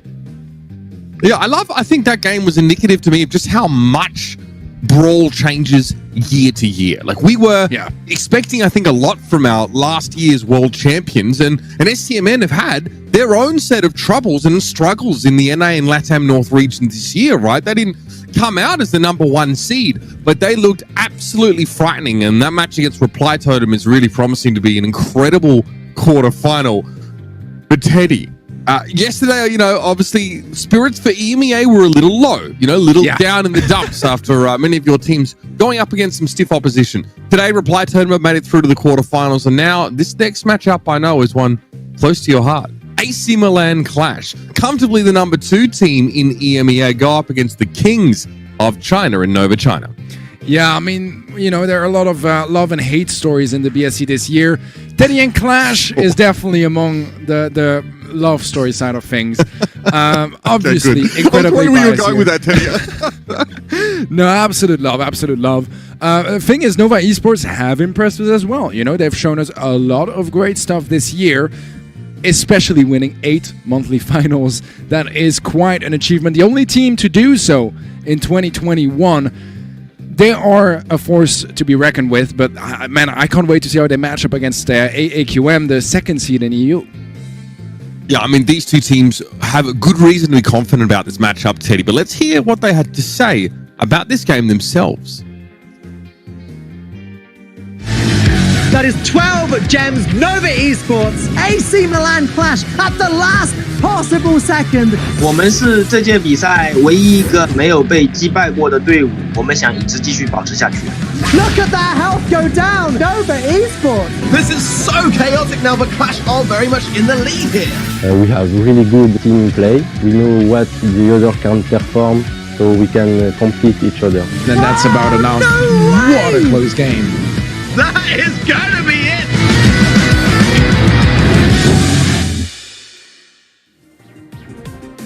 Both of these teams have had an entire year through the Brawl Stars Championship to hone their skills. Nova Esports, Teddy, you brought it up, the only team to have had a flawless run through their region this year, and it was an almost perfect run through their last monthly finals. They dropped 1 round, let alone a set, through the entirety of that tournament. Obviously, they're 3-0'd, 2-0, 2-0, 3-0'd in that particular tournament. AC Milan Qlash, they come from the most competitive region in the world. EMEA is stacked. It's always very close. It's always competitive. We're talking about a team that's been able to take a monthly final win in a region that SK Gaming inhabited. That's pretty insane. Absolutely so. I mean, AQM has looked really good this year for sure. They've actually even attended 6 of the grand finals in the EMEA monthly finals. That is quite an impressive performance overall this year. They've shown how good they are with those aggressive situations. We have the bans coming through actually already. Tick and Gene. We will have Mech and Lola as well. It seems like bottom side is a little bit more meta oriented, so I assume that is Nova. And then Tick and Gene is very curious, but those are brawlers that we've seen AQM struggle with before. It is interesting though, because I think Dry Season is our bounty map, which is, I mean, I guess you could maybe expect to see a little bit of those here, but I mean, what a way to start this series off, Teddy. Minecart Madness, one of the most random and volatile maps in Brawl Stars. Here's where we begin, and Chaos already dominating that left-hand side on the Byron, of all things. Yeah, a very dominant start here from Qlash. Going to be able to collect all 4 first gems to spawn, and so far have a ton of control across the map. Super is available for Luna on that Piper to maybe open up a couple of walls, reduce the amount of cover that Nova can work with. I mean, the composition for AC Milan Qlash here is the antithesis to what Nova are trying to do. It's extremely long range. It's extremely good at keeping Nova at arm's length with things like the nest eggs that Gia keeps deploying on that right-hand side. Sharpshooters, safe brawlers here for AC Milan Qlash. A great start for them now as, again, the Gale triggers yet another nest egg on that right side. 9 gems for Qlash. 1 more will mean countdown. That's so far they don't really have the control to achieve that just yet. Great pickup though from Ikeos on the left-hand side. They go for the pinch on OU. That's going to be a sweet kill as Aspartam is going down next. Qlash should be able to start the countdown any second now as they pick up the 10th and final gem. Yeah, and again, this sort of composition for Qlash, they don't want to give up this space too quickly. But again, they're very safe at range. Look at this. The Spartan is marked, by the way. Yeah, nothing he could have done about that. Gear just takes him down at extreme range. And 11 gems on Lenar. He's looking comfortable there. A very cruisy start here for Qlash. And this is something I wanted to bring up, and I thought we'd maybe get to it a little bit later on in the series. But, you know, Nova China don't have a whole lot of competition that's really their level in their region, as showed by how dominant they've been. So this is honestly their first real big challenge globally, and what a team to have to go up against, Teddy. Yeah, it's a huge step up. You know, they go from dominating their region. Look at those stats, man. Look at those. It's 6 kills, 0 death here for Ikeos, playing a support brawler. I mean, that's incredible. 46% damage, man. He didn't look like a support brawler though in many of those situations. Those supers were not being used defensively at all. Yeah. Looking very, very confident there, and you know, he found that first elimination on the left-hand side, or maybe just because it was Byron, Nova didn't quite respect that. They walked straight on in. Now I think they'll have to, they probably realized that, wait a minute, we're going up against a team that's been forged in the fires of adversity, extremely volatile region in EMEA. So Nova gets the ring to a degree, a slightly safer setup here without the Gale, of course. Still some short-range brawlers though, and Aspartam still struggles. Yeah, so far, start is fairly similar to game number 1, as we have a lot of mid-control here for Qlash. Ikeos so dominant on the left side, just a constant presence and a constant problem as he picks up a kill, followed up by a kill from Lena. And now Qlash have control to pick up some more gems. Actually, they're letting Lena pick up those extra gems. That's already 6. And that is giving too much respect to your opponents, too much space. As Qlash, they have 7 gems already in their pocket. I mean, it's astonishing that Lena was able to move up the middle of the map and take those 3 gems. The amount of control that Qlash are able to exert here with this extremely long-range composition, quite frightening. And Nova didn't really pick into a longer-range setup themselves. I mean, they took the Sandy here. Tara gets picked up. They're going to have to hope for a shock and awe moment, a big play with this Tara pull. Otherwise, they're in deep trouble. 7 gems still for Qlash, but they have 2 on their side of the map. Should be pretty easy to reach. Aspartam is trying to contest them, trying to create a bit of space for his teammates to make something happen, but he ends up going down. That's 2 kills now. Today, solo HP, that's the team wipe. As Lena closes things out, and Qlash start off yet another countdown. 10 seconds left, and I don't see how Nova Esports can interrupt this. I mean, Gear now doesn't really need to do too much. He can stay in the middle of the map. He's got the benefit of being a sharpshooter, but not being the gem carrier. He gets to play a little bit more aggressively. A very one-sided first set there as Qlash starts strong.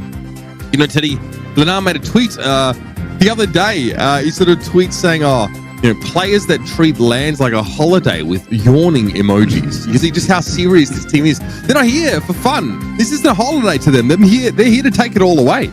Qlash is one of those teams where their fun is winning, and they are going to do everything they can to achieve that. So far, it's working out amazingly. And what worries me a little bit here is that we're starting off with some modes where both teams are not necessarily the most comfortable. Minecart Madness, for Gem Grab, we'll have Bounty, we'll have Siege. Those are definitely not the most comfortable modes for those guys, but since 4 and 5 are where they really shine, Hot Sun, Brawl, we might get 2 there, maybe not so far. It's looking really good for a Qlash, and look at that, same brawler, it's a mirror matchup, and it's just a world of a difference between those guys' stats. I mean, there it is. Lena is like, yeah, comfortable. We're going to have a 3-0 here today. And you make a great point, Teddy. All of Nova China, especially Nova China, their best maps are at the end of the series. They don't get to play their best maps unless they can win on one or like a set that they're not good at, right? They have like a 92% win rate on Brawl Ball. Bad luck. It's the last set in this entire series. Hot Zone? Yeah, it's the second last. You know, the rest of this one is looking fairly bleak for this team. Now, let's be clear. Nova China doesn't lose a lot of games, a lot of sets even regionally. They are very comfortable, but I think this really is this is a great reminder that, yes, Qlash are a number 2 team in their region, but they've had so much more high caliber competition, whereas Nova have had many months, Teddy, I'll be honest, they've just steamrolled through the competition. And maybe that gives you like a false idea of where you stand, in the sort of global pecking order here. And hopefully they were, able to benefit from some scrims in China, but they aren't here in Bucharest. They can't scrim with the rest of the teams here at the World Finals, and you can see what a difference it makes. This isn't just a World Finals event. It's like a boot camp for many of these teams in the days prior.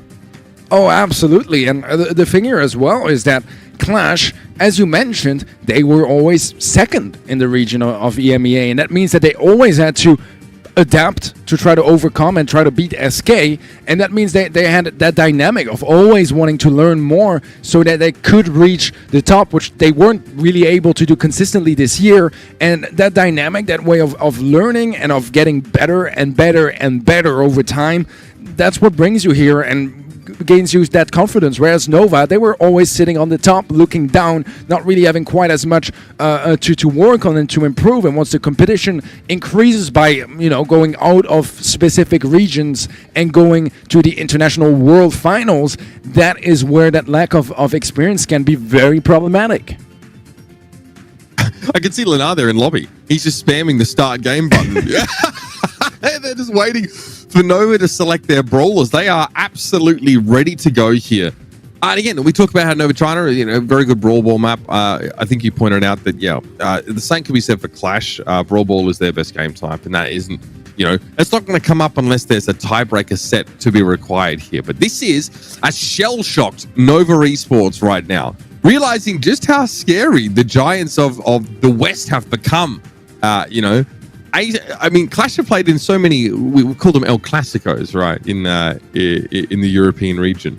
SK Gaming were their sparring partner for so many of these. They made each other stronger. And now Qlash realized that SK's not here anymore. They are the ones that have to really carry the torch alongside Reply Totem for their region, with so many of their, their brethren teams being knocked out here.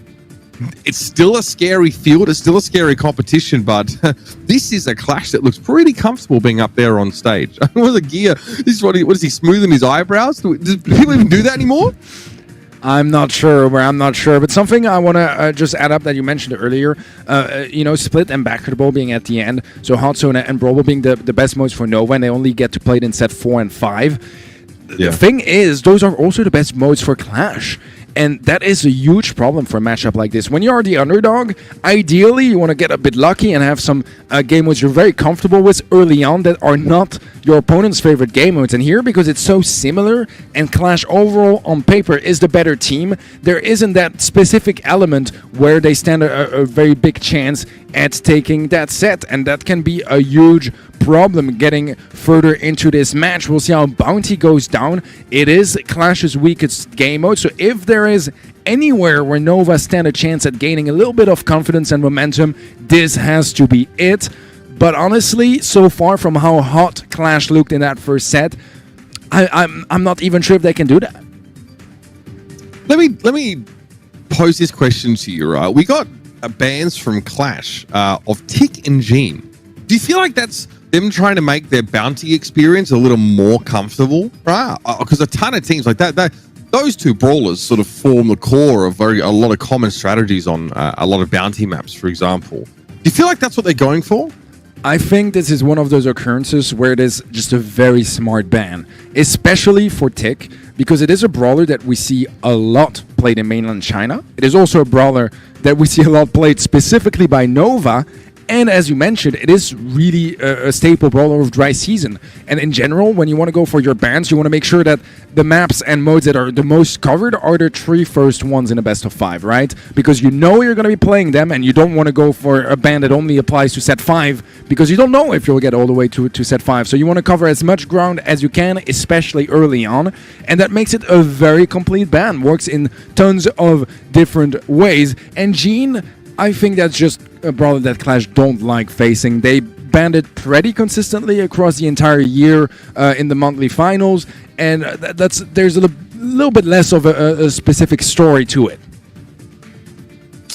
And I thought it was interesting with some of those safer brawlers getting banned out there. That meant that like the full breadth of sharpshooters was available. I think in our last couple of months in a few of the regions, a lot of teams were trying to ban as many of them as they could, right? Like Byron was attracting a lot of bans. Bell also, just because they were so low maintenance and very effective playing, especially on like longer range maps here. But Qlash want to play them, as we've already seen on Minecart Madness here, especially the kind of map where if you have to move up, you can get locked in by a minecart just randomly spawning on your side of the map, and there's just not a damn thing you can do about it. So that composition sort of put Qlash in a position where they didn't have to commit to that degree at all. In fact, they kind of wanted to play slow and safe until Lenar just got given 3 free gems and really sped things up a whole. I think Qlash were ready to play like the long game, like the 10 to 9 kind of gem count, but you highlighted that Nova were respecting them a lot. I think they were really on the back foot after how that first round went and realized they were just getting slaughtered across the map that,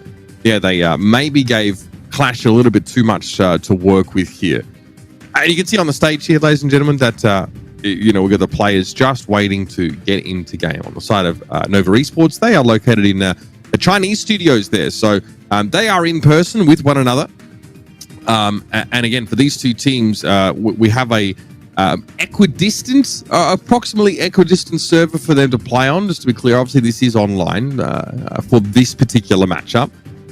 So it has a slight impact, but you can see that didn't really affect, a lot of these sharpshooters that we saw play, which are, probably the brawlers that are going to most be affected by that sort of distance. But we're in, Teddy. It's time for dry season. That's the best fill I've got. Take it away. Man, Lena just comes in a quick kill off the bat, and he is still going, still tapping, and now he has the super to remove those walls as well. Yeah, I was waiting for his teammate to get a bit of a better position, because obviously Sprout does want to have some walls to work with, but it's a slaughterhouse so far.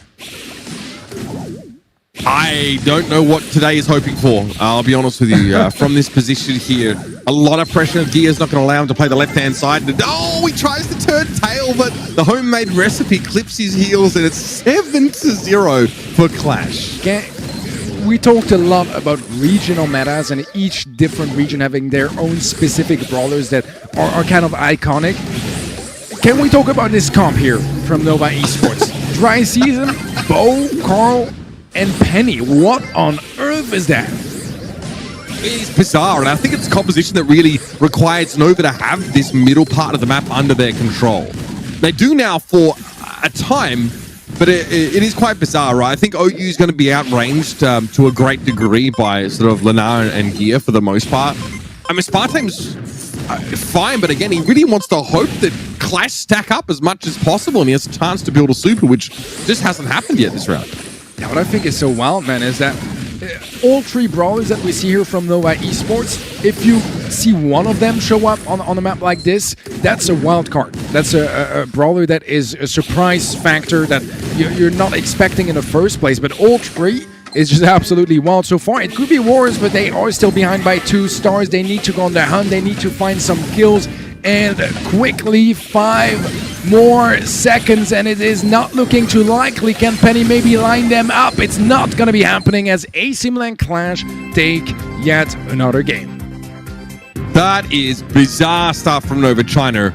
Take nothing away from Qlash, of course, who really executed it quite flawlessly in that round. But Nova China take 3 mid-range brawlers into that game. They bring a Penny who never had a chance to place a cannon down with that super. A Carl who was always too low on health to actually sort of come forward and try and engage. That was a head-scratcher of a composition there from Nova China. Again, it looks strange because it goes up against a composition that just really seems to have its number. So maybe Nova had a different idea of what to expect from Qlash there, because otherwise I've got nothing for you in terms of trying to understand why they come out with this setup. I couldn't tell you, Uber. I think that they played it very standard on the side of Qlash and very non-standard on the side of Nova. Lenar, we saw him early on getting a very quick kill, 50% damage almost. That is huge, especially for Piper. Very, very impressive.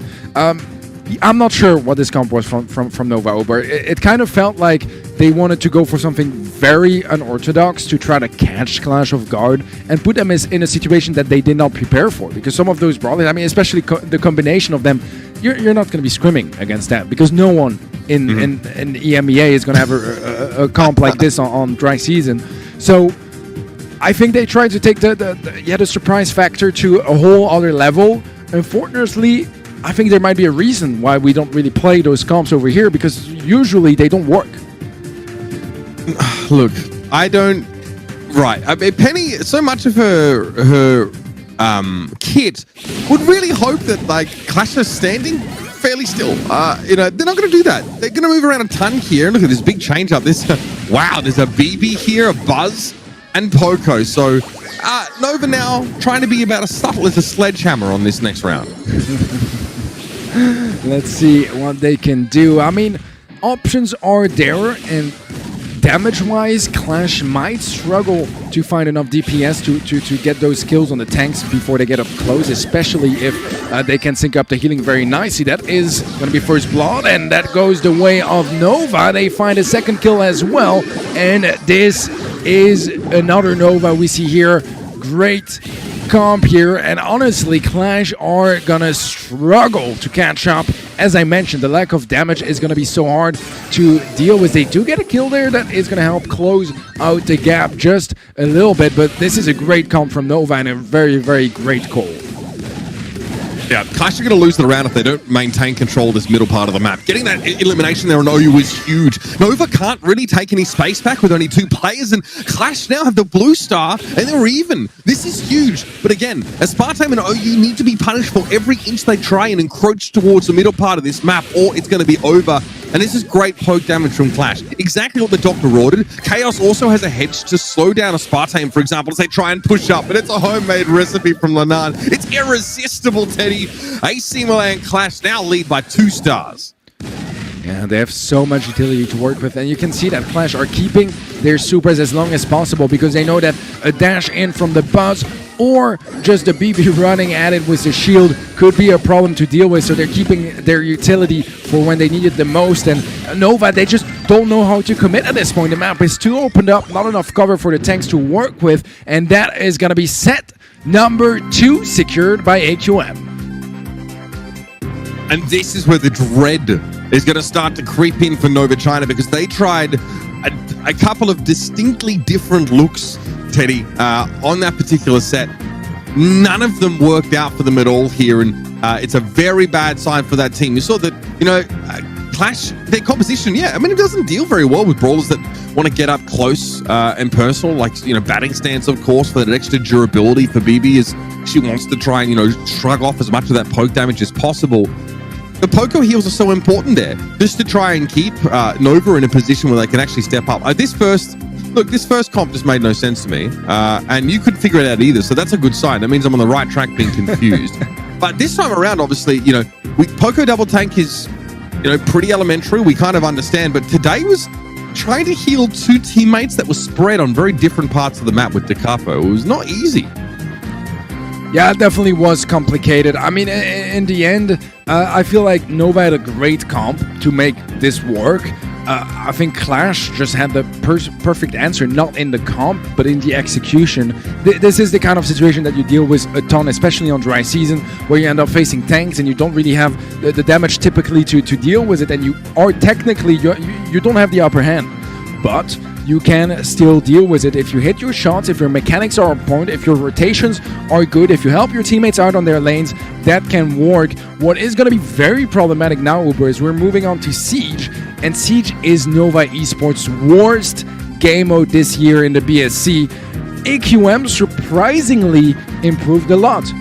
Early in the year, both Hot Zone and Siege were some of their worst game modes, but they got better and better, worked through it, and now Factory Rush is amongst their favorite modes, and it is not really so fitting to their playstyle, but it is a team that has evolved a lot, and they're looking pretty good in Siege lately, so I'm genuinely worried right now for Nova Esports, because they need to win this set, otherwise it's the end of their year here for the BSC, and it's on their worst mode.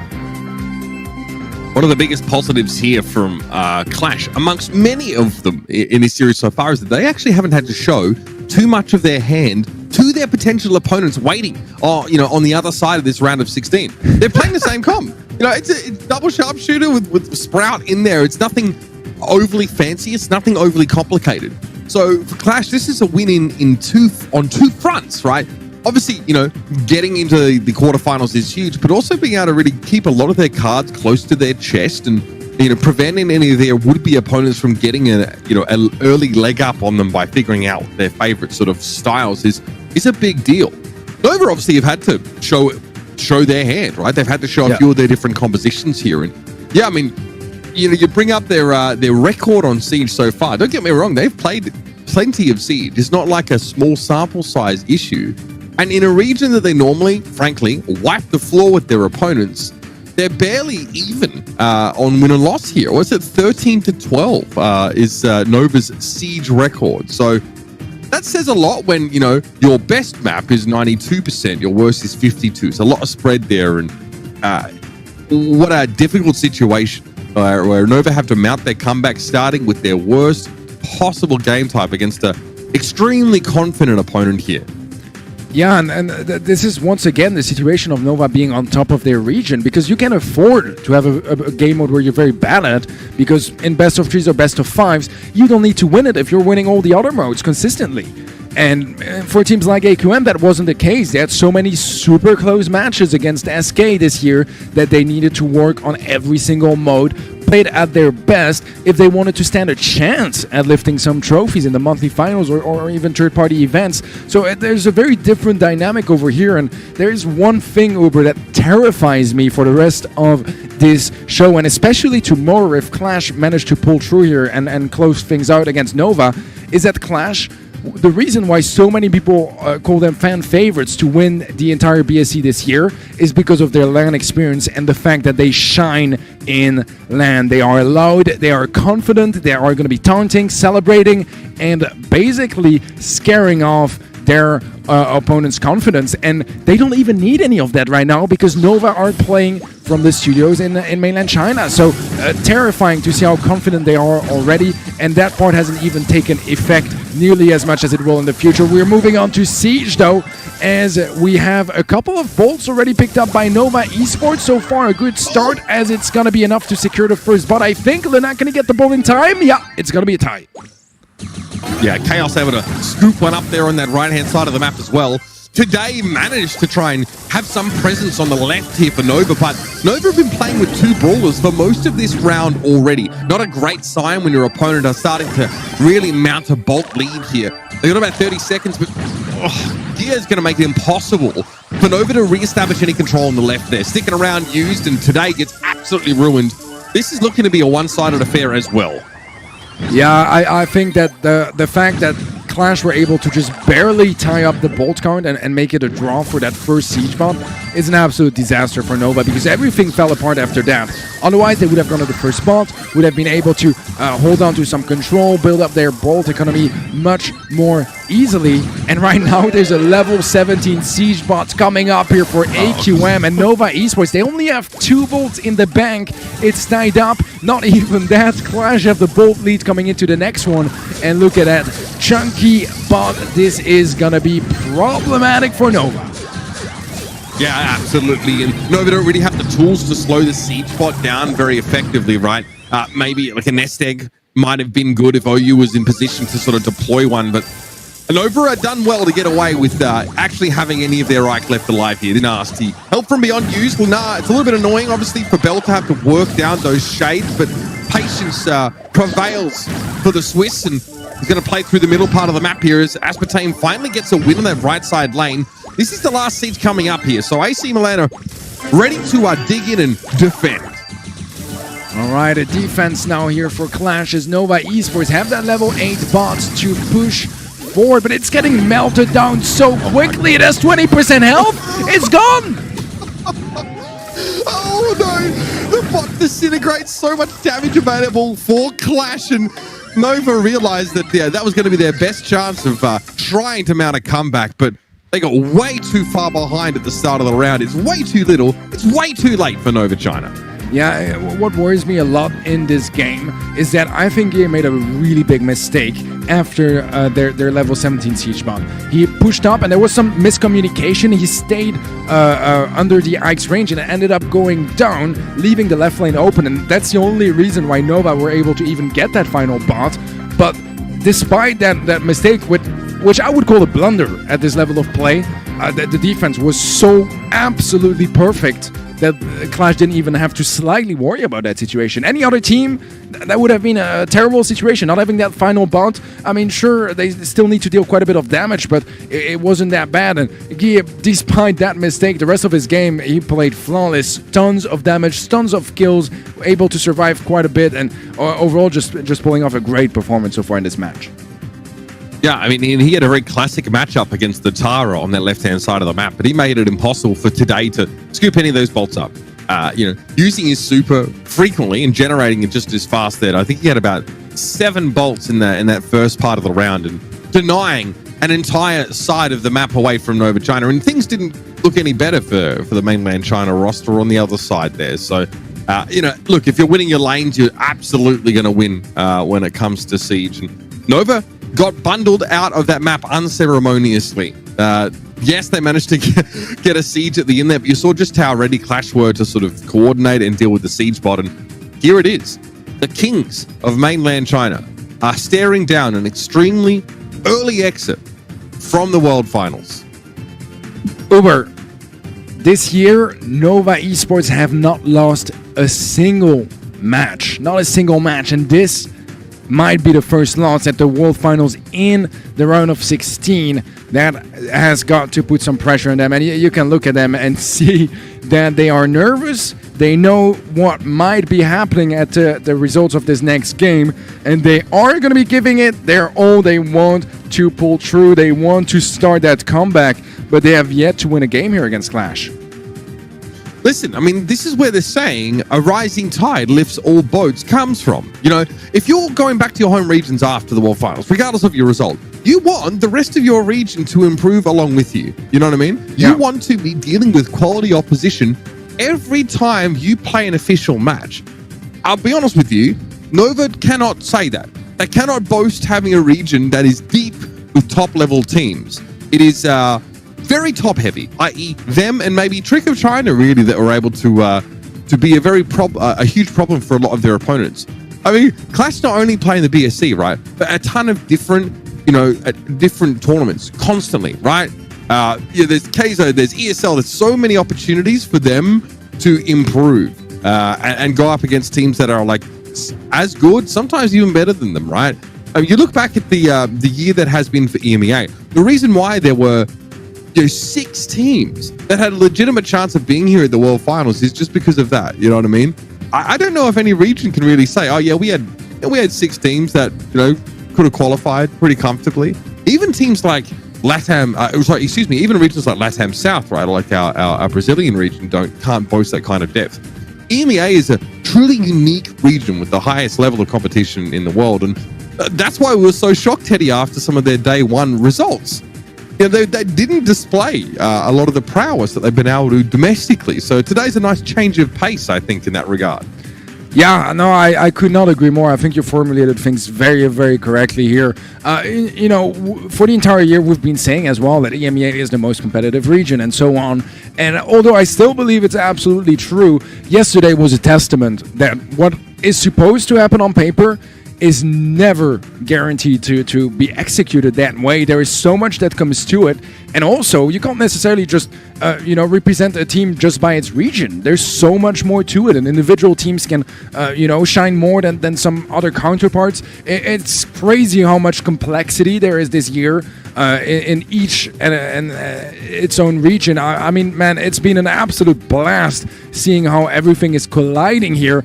And guys, we want to know about your opinion regarding those predictions for every single match. If you guys want to get involved, event.brawlstars.com, let your voices be heard. Uber, Nova China, Nova Esports, this is the last team from mainland China still in competition, the last team that still stands a chance from making it past the round of 16, and the chances are looking pretty slim right now. Absolutely.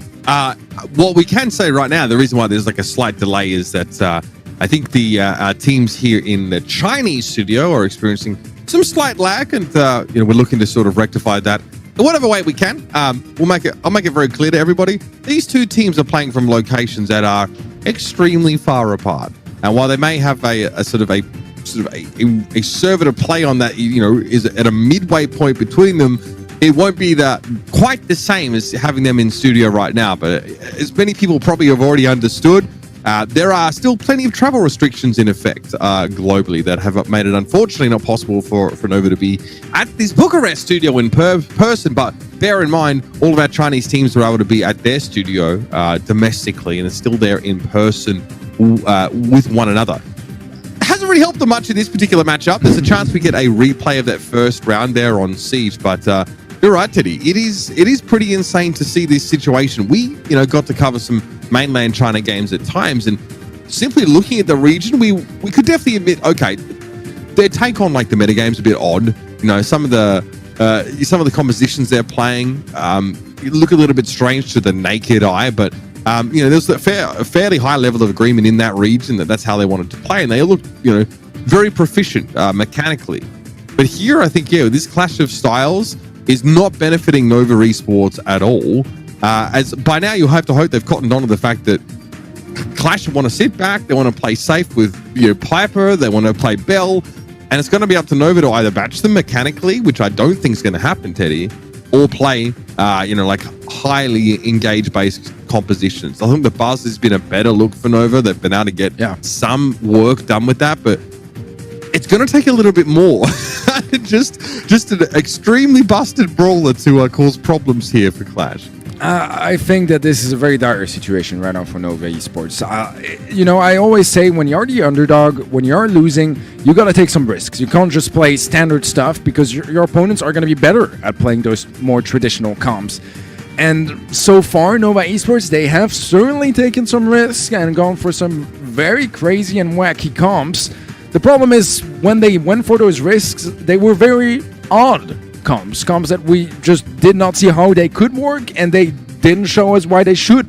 And so far, it's been mostly that. We are ready though for our next game. It does seem like we are going to be resetting the scores just for this siege set due to some technical issues on the Nova Esports side of things.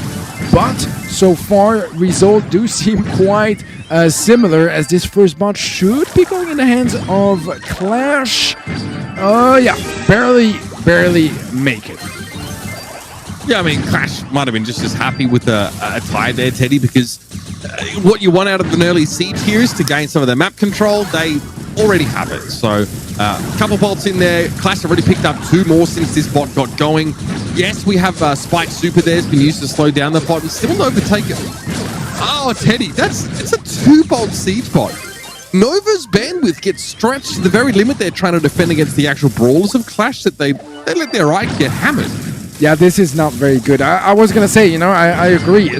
They didn't need that first bot, but if it was 2 bolts, you can get 48% damage. I think that's what we call value. That's value town, homie. That's ridiculous. Now Nova, I mean, they're already behind in bolts. I mean, they didn't have the map control. They took the Ike damage. They're going to have to play for a 3rd siege. That means that Nova's defense here has to be nothing short of absolutely perfect. Manax Patane, the last player alive, now getting picked up. The life plant was too far away from him to get healed by. It's all gone wrong for Nova China. Things not looking up in the next few moments, despite a slightly better defense here, it's safe to say. Yeah, problem is slightly better is not gonna cut it. And we are back in the studio. All right, so we're just hearing from our production that I thought this is a bit mixussy. Normally when we have a remake, ladies and gentlemen, it is required of both teams to select the identical Brawl lineup that they used previously. Qlash didn't care. I don't think Qlash would care if Nova walked out with 3 buzzers at this point. They obviously went up. Mate, Gear's like, hang on. So yeah, obviously that was maybe not conveyed super effectively to the side of Nova China, who made some slight tweaks to their brawler composition. By slight, I think they brought a spike in when they didn't have one prior, I think. Either way, they will be required to go back and play with the brawlers that they initially had. And potentially, Teddy, they have to get spanked by a Qlash a third time in a row in the same round. I think they like it, Uber. I'm starting to think they like it at this point. I mean, they just want to lose again and again. I mean, if that's what they're into, I respect it. Listen, man, I mean, it's tough. I think, look, on a serious note, you know, I don't blame Nova for sort of, you know, struggling to figure out, you know, how to come up with a strategy to deal with what Qlash have right now. And I'd be, in their defense, I'd be pretty frazzled at this point as well, because not only are you trying to strategize against this team, but you're also, you know, you might be dealing with some slight technical issues on your side, which can make it a little bit hard to, I don't know, select the brawlers that you are required to play in case of a rematch here. But again, we've seen this a couple of times. Qlash, just as confident as they were before here, they probably would have been happy to let the result of that last round stand, to be honest. But it's in the interest of competitive integrity that we how do the kids say it? We run it back another time to make sure these guys are playing the right brawlers. So slap on the hand for Nova Esports. But like Teddy made it very clear, that pales into comparison to the punishment they've been receiving from Qlash so far.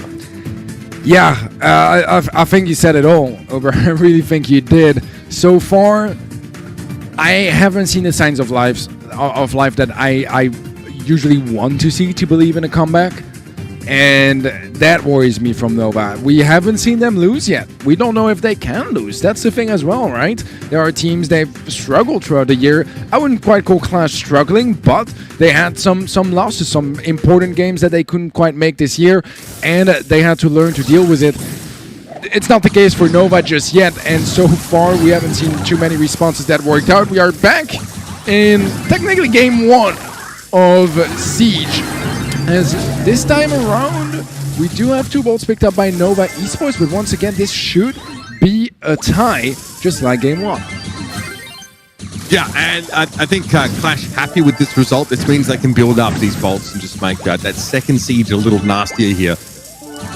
Aspartame is struggling on that right-hand side. He has to match up directly against Gia, who obviously Spike is unbelievably high damage output. Life Plan also will help him just, you know, sustain against Aspartame, who just made a lane swap. Switching, by the way, into Rico Bell, so not exactly making life easier for themselves. No, certainly not. So far, Qlash looking incredibly comfortable, and just like the first game we saw in Siege, it's only 2 bolts in the bag for Nova, and that's a huge problem because right now there's level 14, 15, maybe even more bots coming through for AC Milan Qlash, and with that you immediately associate a ton of damage. We'll have to see how they can deal with that defense on Nova Esports side of things, but we saw earlier they took 50% from a level 2 bot. Can they do better now against level 15? Yeah, the difference is that we have a few players respawning here on the side of Qlash, so they're not in position to actually add their damage to the pot on towards Nova's Ike. That actually means that Nova get to make a decent defense of it, and look, credit where it's due to Aspartame, who, you know, managed to find the elimination on Milan in the middle of the map to make it so, you know, he couldn't be there to damage Nova's Ike alongside the Siege bot. Still, Nova in a position where they have to take some risks to try and get some map control, and they've done that here by overloading the right-hand side of the map. But Leonard doesn't seem bothered at all. He just hit the super on OU, so, I mean, that belt is short-lived, and he knew it as well. He goes down, and here's an 11-bolter for our final Siege. Yeah, Qlash just played it safe. You know, they knew they didn't have the manpower with the first Siege bot to really commit. They just went back, waited for control, got bot number 3, and that's how you won games consistently in Siege. Getting that final bot is the safest way. This is finally gonna be match point here for AQM. Gia's like, wait, hey, admin, let's run it back again. Hey, one more time for old time's sake, you know? Look, I think that was a better look for Nova China, I think, overall, but still not remotely close to being good enough there. No. The buzz, I mean, Oddly enough, it was the Buzz that Nova were forced to play because that was, a brawl they used in the first place, and that's why we had to reset. Who got them the most success? Aspartame able to, at times, aggress toward Lenar and, Buzz versus Bell up close. You kind of know how that one's always going to go.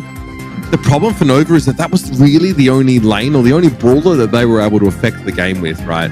I think the Tara got completely ruined, in that situation. You see how close Nova tried to play on that left-hand side lane at the start of the round here.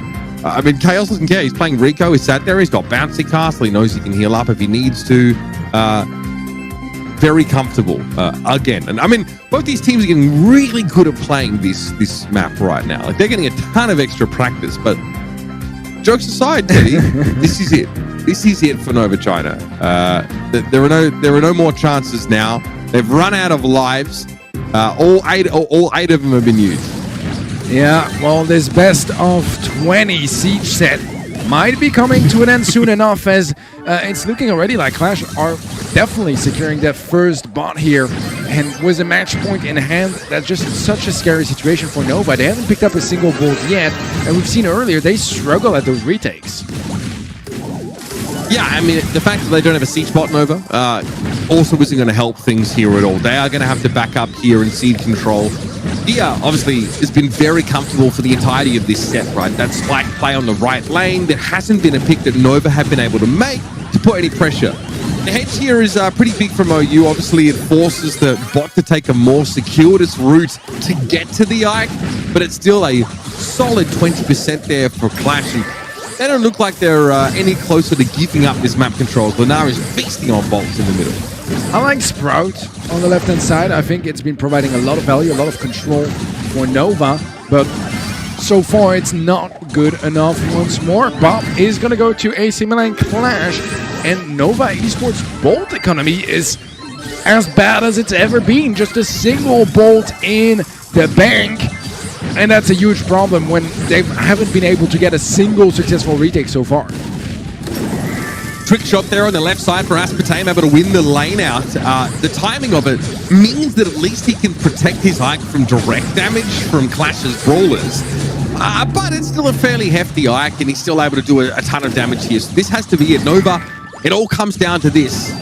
They're already home, so they don't have to go home disappointed, but they'll be disappointed if they can't make things happen now. Today tries to go forward with the gadget, but Lenar's able to stave him off regardless. It's 4-1 here on Bolts, and OU needs to hope that there's a lot spawning on his side of the map, because Gia is going to be returning to the fight in a moment, and he's going to be pretty mad about it. Chaos is not being shifted from the left, and it's over. Nova Esports are going to be facing down a level 7 siege bot, and it's the realization, the dread, that they let their chance here in the World Finals go begging. I don't know how many rematches would be required for Nova to win a game, but so far they could not quite make it. AQM are moving on to the quarterfinals, and we are sadly going to be saying goodbye to Nova Esports. They had an incredible year, but couldn't quite make it further. Celebrations from Qlash, and that's the confidence we like to see from them. Yeah, okay. I did wonder why people were wearing shorts in the studio there. It looks like maybe a little bit sweaty for Qlash, and I'm not surprised to hear that, as this is the team that has been taking things pretty darn seriously. Who was it, Dr. Strange, that said like there's 9 billion different timelines and only one of them resulted in them winning? I don't think any of them would have resulted in Nova China being able to win things there, Teddy. I don't think so either. I honestly don't think so either. I mean, this was an incredibly dominant Qlash. Kind of how we expected things to go. Maybe not that dominant, but I mean, you love to see it, man. You love to see it. I mean, especially for me as a EU guy, I'm happy to see EU doing well today. You know, yesterday kind of left me on a sad note, but they did redeem us. They did redeem us, and they did so with style. Absolutely. Yeah, I think it was the Ark that tweeted he wished he had more time to console people. I'm like, okay, well, you're there to cast, bro, but I kind of get it. I'm sure there were a lot of long faces from the European contingent yesterday, but today, sunny skies, at least for this particular region. Maybe just not the teams that we expected to make their way through, but regardless, the EMEA region still has strong representation here Obviously, that last set, we had that played about 70 billion times. And Nova obviously not able to make much happen. We saw the Kyle make another appearance there in that last round, and he was about as impotent as he was when we saw him brought out on dry season. Yeah, no, certainly. So this also means goodbye to region, right? Mainland China have no more representatives in the World Finals. Every single of their teams did get knocked out here in the round of 16. Very sad for all of their fans, of course, but leaving tons of possibilities open for some other regions.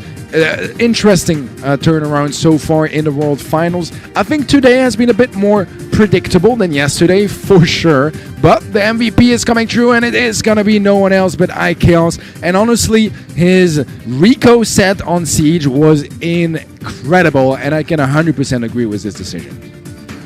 Absolutely. Just dominating the left-hand lane of that Siege map, and Gia molding because he wasn't even up for the vote, apparently. The spike play from him this series was also fantastic. Everybody on Qlash looked really good. Lana obviously playing this very aggressive Piper up the middle of the map in many cases. It's a confidence and this swagger that we've seen from Qlash that's going to serve them well, because their next matchup is against either the best team in Japan or one of the best teams from that LATAM South region, right? It's Aphelion versus ZETA division in our next matchup, which is going to be incredible for a whole bunch of different reasons. And hopefully, Teddy, a little bit closer than this one. But if you're wondering, or maybe you think at home you have a good idea about how these matches are going to go, you can head over to event.brawlstars.com and make your predictions.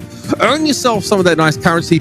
Don't be like Ark, getting them all wrong. Obviously, head over there, of course, and make your vote heard, because we do show your predictions. Ladies and gentlemen, stick around.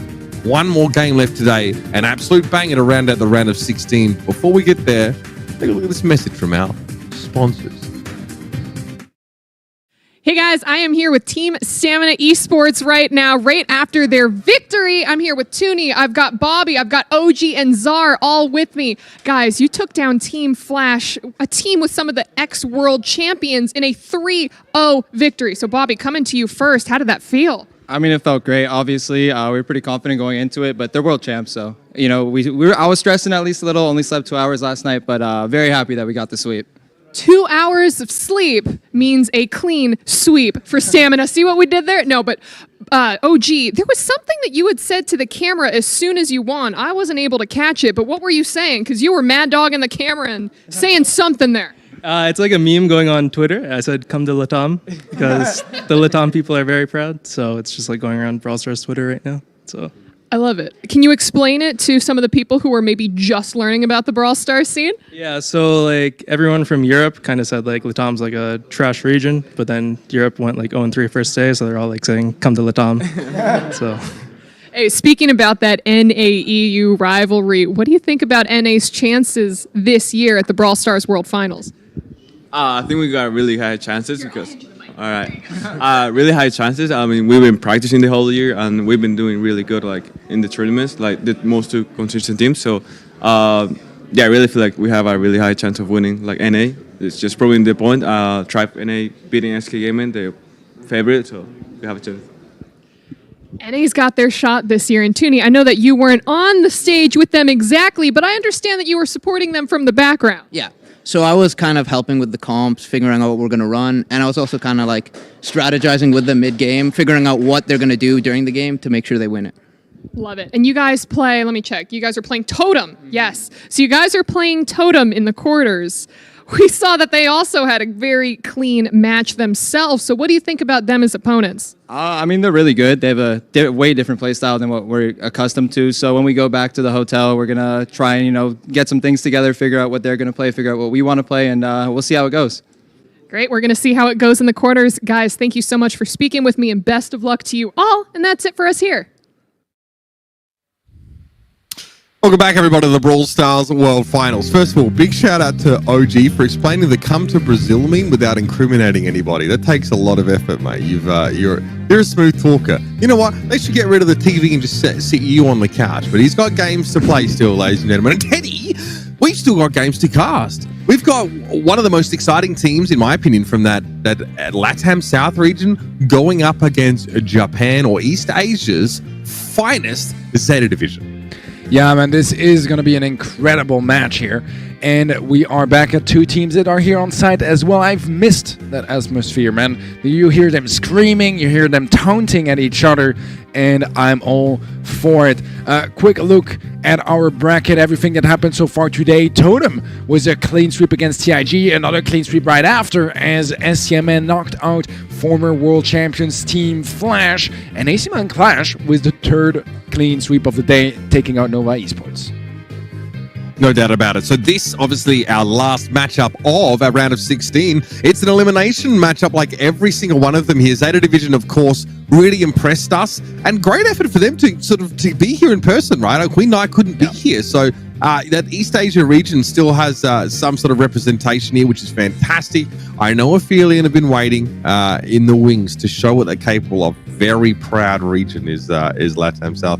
Hey, let's get ready, but before we do, let's kind of get an idea of how these teams feel this matchup is shaking out for them. Let's get some words from them here. Aphelion, take it. ZETA Division once again reign supreme. すごく自分たちは攻撃的なプレイスタイルで、自分たちのいつものプレイができたら絶対に勝てるなっていう自信があるからです。Just nestled deep within enemy territory, and it's going to be ZETA Division. Aphelion can smell it, they want it. I'm confident because there are a lot of metas, and I think maybe ours is better than them. That's it, guys. Let's go with everything, and hashtag go Aphelion in the chat. The spin and a pin, and that is that.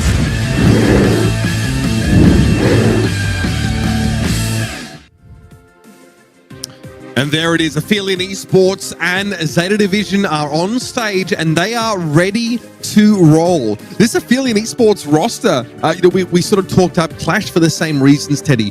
Hailing from a very competitive, very proud region here. Again, they've had some great competition across this season of Brawl Stars Championship. A lot of the time, this Aphelion team has clashed with INTZ in the monthly finals in their region. So this is definitely a team who's used to going up against the very best of what their region has to offer. And you could say the same as ZETA Division. People aren't familiar with the name, Teddy. They should remember Team Jupiter, who are absolutely dominant over in that East Asia region. Another competitive scene. Both of these teams definitely should have high expectations for themselves. Let's talk bans, though. All right, Max and Byron coming in already, I believe, for Aphelion Esports. We'll see Byron double ban, in fact, as well as a Stu joining up, as it should be ZETA Division to take those brawlers out. Overall, also pretty aggressive brawlers out of the mix. Max and Stu very much into more aggressive playstyle, but even Byron also complements that very nicely with some tanks to go really all in. It seems like the community are very much in favor of ZETA Division, and I cannot blame them at all. 71% though. I think that they are pretty heavy favorites coming into this myself. ZETA has impressed all of us this week, ever since they landed and started scrimming all the teams that were in the MEA or already on site. Everyone has been tweeting about how dominant they looked, and specifically how good their mechanical skills were. Absolutely out of this world. That's the feedback I got from the pros. And again, that should definitely influence people when trying to figure out themselves, which team they expect to come out on top here. I pick Aphelion, though. That is my prediction here. And look, I've had a chance to cover both of these regions, and I think the ZETA Division have had some decent competition up against teams like Emperor, up against teams like Queen Knight, Icebarn, Crazy Lagoon. This East Asia region has some power, but LATAM South is insane. The region is absolutely bonkers. Aphelion are taking monthly final wins against INTZ, a team that came second in last year's World Championships. I'm okay putting my eggs in that basket, but what do you guys think? Again, you voted on this match, and you'll be able to join us across the weekend at event.brawlstars.com, putting your predictions in, trying to see just how many of those you can get right. I'm going for an underdog in this particular head-to-head here. I believe it's possible. I think this team probably does too. But ZETA Division, again, I mean, they mean business. They came all the way out here. I mean, talk about pulling up your slacks. This team, Sight Temple, of course, a name that we've praised a heck of a lot this season. ready to perform alongside the rest of his teammates. Teddy, I'm excited for this game because this is two regions that couldn't be more far-flung, couldn't be more different in terms of their approach to the game. And ZETA Division I think the rest of their region doesn't really come close to their level of aggression. This is a kind of team that loves to get in your face. They love to play a lot of Sprout, especially. Move up and take map control. That's really been the MO for this ZETA Division team. I am a little surprised that so many people think that Aphelion are an underdog, but I see you join them, Teddy, so there must be something to it.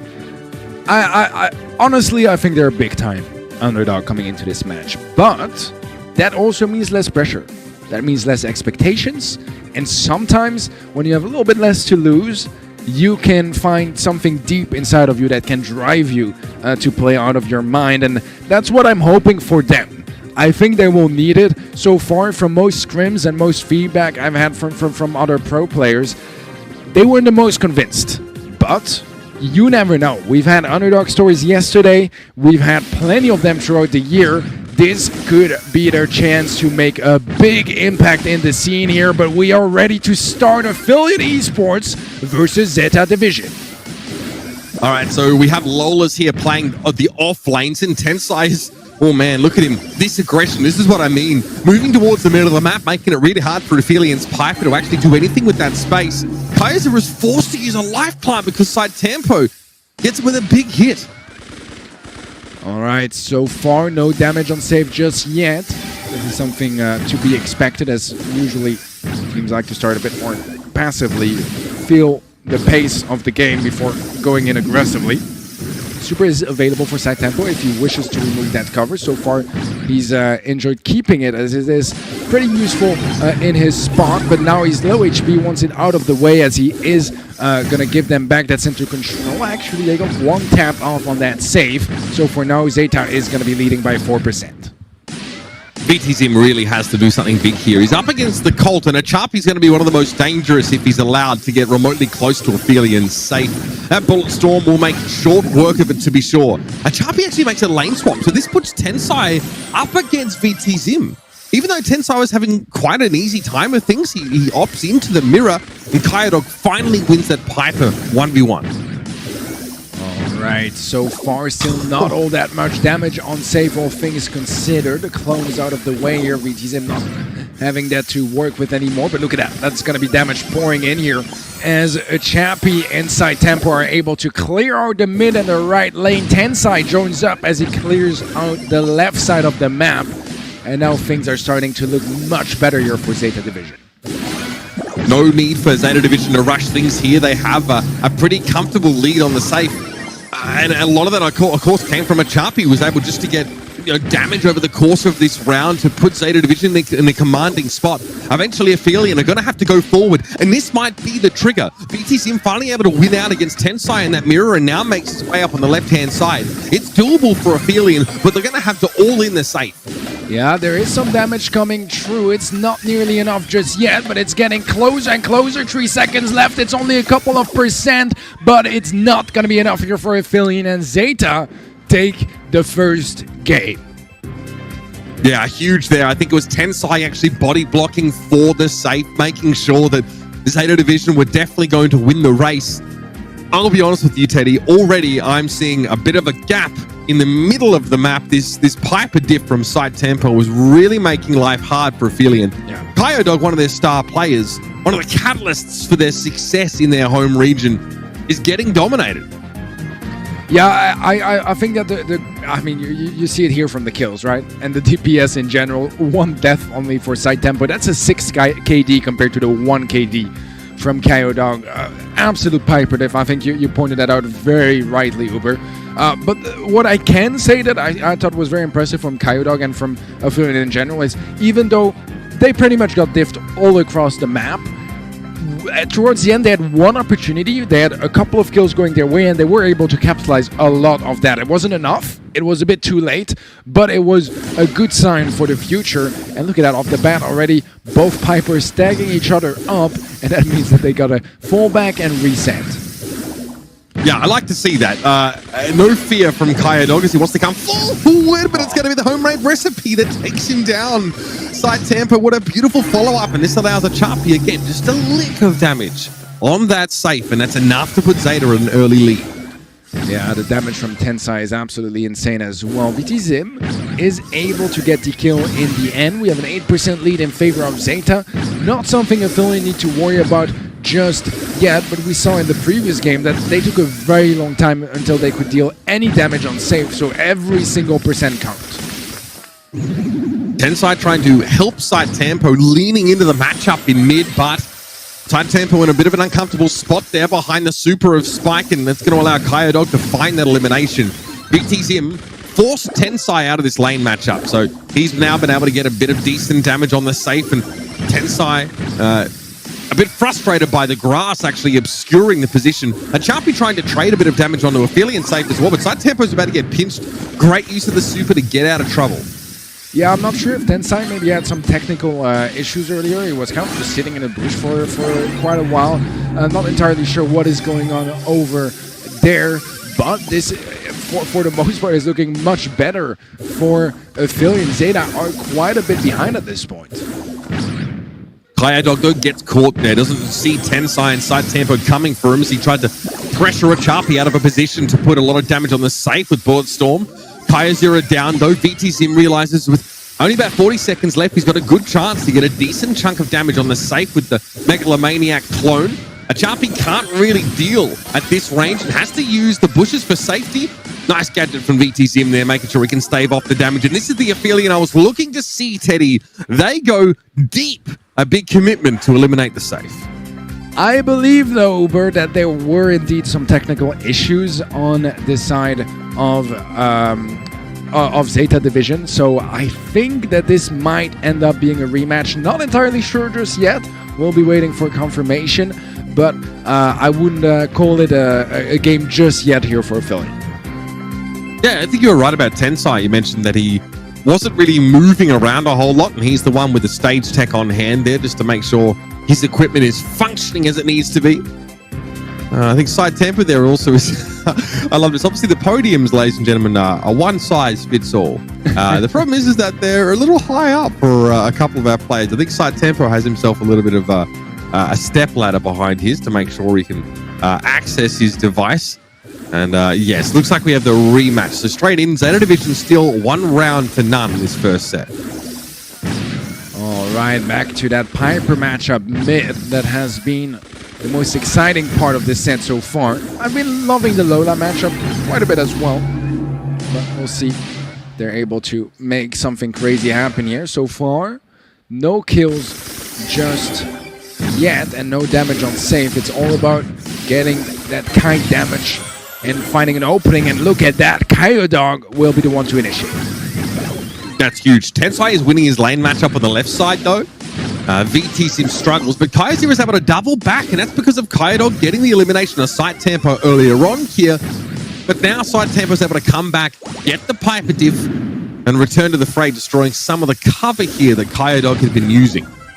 I love the team play from Aphelion here, doing a very good job at helping each other out on their lanes, making sure that there are no weak spots in that defense. And once they figured everything out, they're able to go back on the aggressive and start dealing some more damage. 9% lead right now for Aphelion, slowly starting to get further deep in ZETA Division side of the map, and look at the damage pouring through on that save. That's a massive lead they've built up. No one is doing anything about Kyodog there. You see, Chappie realized that he had to go on a reconnaissance mission just to try and eliminate the enemy Piper. Huge stuff there from Aphelion, keeping a very deep front line, and it's got a lot to do with VTZim being very hard for Tensai to dig out of those defensive positions on the left side of the map. That just gives Kyodog all the room that he needs. And this trade may not result in too much here as Side Tempo, yeah, still playing pretty passively, pretty safe as Kyodog now switches to the right lane. Kaya0 gets blown up as soon as he returns from spawn. Yeah, this is a very problematic situation here for ZETA. They have so much damage to deal if they want to catch up, and it doesn't seem very possible anymore. They do have 2 players still alive, but without a clone from Tensai, there's no way they can deal the damage. And you can hear already Aphelion hyping themselves up as they tie things up here in set 1. Yeah, that's what we were looking to hear. That passion from this LATAM region really starting to show up. Again, credit to VT Zim. They're fantastic play on the left-hand side of the map. It looked like he was struggling in the Lola matchup early on. Not this time, though.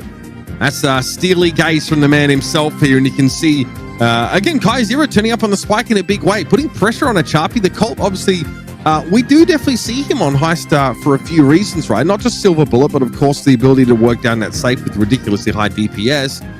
Really struggling when forced into that spike head-to-head. Yeah, you talked earlier about the Piper diff, right? And I think that the adjustments from Aphelion were very smart. Dog, instead of focusing on that 1v1, he tried as much as possible to help out the outer lanes, avoid a straight-up 1v1 fight mid as much as possible, and that worked out great this time around. Just unexpected, and ZETA were just not really expecting something like that to happen. So great stuff all around from Aphelion. A very dominant game as well, which is definitely going to help them rebuild some of that confidence. Yeah, and look, a lot of these, wins that we're getting were in mirror matches, right? The Piper mirror match or the Lola mirror match. So very good signs, and I think for Aphelion it should dispel some doubts that they may have had about whether or not they could contend with ZETA Division mechanically. It's pretty clear to see that they can. Both these teams are in the same room. They're on land conditions, so to speak. And Aphelion have shown that they are capable. They are not the number one team for their region, but they're here to demonstrate that their region is as deep as they come. And again, I've been very impressed with them and the chances I've had to cover that LATAM region. ZETA Division, I expected to see them be a little bit more dominant in even this first set, even with my prediction going towards Aphelion here. So again, looks like maybe a couple minor technical issues. Maybe we need another step ladder for ZETA Division's players. I'm not sure. I don't think Aphelion are having that issue though. It looks like they are they are tall enough to reach their podiums. Yeah, what I think is very interesting, man, is that ZETA Division, one of their best modes, if not their best mode, is Heist. And so far, I have to say, that wasn't very convincing. They had a win that was pretty decent in game one, but the second game wasn't that convincing for the least. We'll have to see if they can pull their stuff together getting into game number 3, because they definitely want to pick up that first set. I mean, Aphelion also not great at Heist. I mean, statistically speaking, they're a very scrappy team. There aren't that many game types in which they have like very, very clean records. Gem Grab, Brawl, Ball, and Hot Zone are a few of their better game types. And the only game type they have a losing record on is Siege. So still very solid, make no mistake. You have to understand that their region is one where teams trade series and sets sort of all the time. I think they definitely have now the confidence to take away this set after the way that that first couple rounds went. I do think though that like ZETA Division's the kind of team that if you slip up, if you get too aggressive, you overcommit, you're going to get punished big time. They're really patient. Like the first few fights that we saw on those couple of rounds, ZETA Division are happy with walking away with like 6 to 9% of safe damage. They're like, okay, the lead is enough for us here. We'll play the long game. We won't overcommit. Whereas Aphelion, they won that second set, at least the first time around, by destroying the safe entirely. They like committed and were happy to take a base race against ZETA Division. So maybe ZETA might want to throw caution to the winds and consider playing a bit more aggressively, or maybe they fear being sort of dragged into the chaotic world that Aphelion live in. Yeah, it's a very interesting matchup to that extent. I completely agree. I think ZETA Division is a very patient team. They like taking their time, but what they excel at as well is just turning up the pace. When they go slow for a while, then suddenly they explode out of nowhere and provide so much energy at once. I think Aphelion to that extent is a little bit more one-dimensional. They are quite aggressive, but it is kind of what they go for most of the time. So a little bit more predictable. Where they can shine is if their aggression is good enough. It can be better than anything that ZETA are ready to provide. Okay, so that a lot of the teams have been scrimming and stuff like that. Yeah. What are they saying about Aphelion? Have you got any insights about how this sort of Latin American team has been sort of performing in the days approaching this event? I think that for the most part, from the feedback I have heard from most players, I would say that if you put mainland China teams aside, Aphelion was ranked probably the lowest or amongst the lowest teams at the World Finals. Okay, wow. That says a whole lot. And again, there's something to be said for the kind of the buff that some teams can get when they step on stage. But, you know, that really makes me wonder then what the mindset of ZETA Division is like. They're a team that's been talked up by many of their peers here in Bucharest, and they're going up against an opponent who's, well, they don't exactly have the highest of expectations. But we've seen this happen. We've seen teams sort of, I won't say choke, but I think, you know, I want to look at a team like Qlash, who has got, you know, experience being champions here at Brawl Stars, getting absolutely rolled by STMN. So yeah, I'm going to keep a close eye, Teddy, on the faces of this ZETA Division team here and see how they handle, because you want to be an underdog. You've got to love being in a position where you really don't have too much to lose and expectations are really low. We've seen so many teams thrive from that position here. And Aphelion probably love that. They love being underrated. They come from a region where, you know, they're not the top seed. They're allowed to fly under the radar as much as they'd like. And yeah, then they can sort of ambush teams when they get them onto the stage here. And you heard them. I love their noise. There's definitely a bit of passion amongst this team. So ZETA Division have to hope that they're not really affected by that, because the louder Aphelion get, you know, the more frustrating it's going to be for ZETA Division to have to be in the same room as that, especially if they're losing. Yeah, no, I could not agree more. You know, we've seen it with some of the other teams. Specifically, what I think shocked the world quite a bit was Tribe NA against SK, and you know how loud Tribe would get every time they'd get a win, and the faces of SK Gaming when they would see that. This could be a similar situation to that. We'll find out soon enough, though, as we move on to game number 3 here for the first set of this run of 16 match. Aphelion just picked up a game, so they might have a little bit of momentum rolling. They have shown that they can take those games. Homemade Recipe is going to be a miss there from side Tempo, and that relieves some of the pressure, although Kyodog gets tagged right after anyways. Teddy, what do you think about the surge here? Kyozera can't do too much from this position, right? Was he hoping for a spike matchup? Because the Lola is really keeping him honest here. I think it's a very odd pick. Not something we pretty much see ever on this map.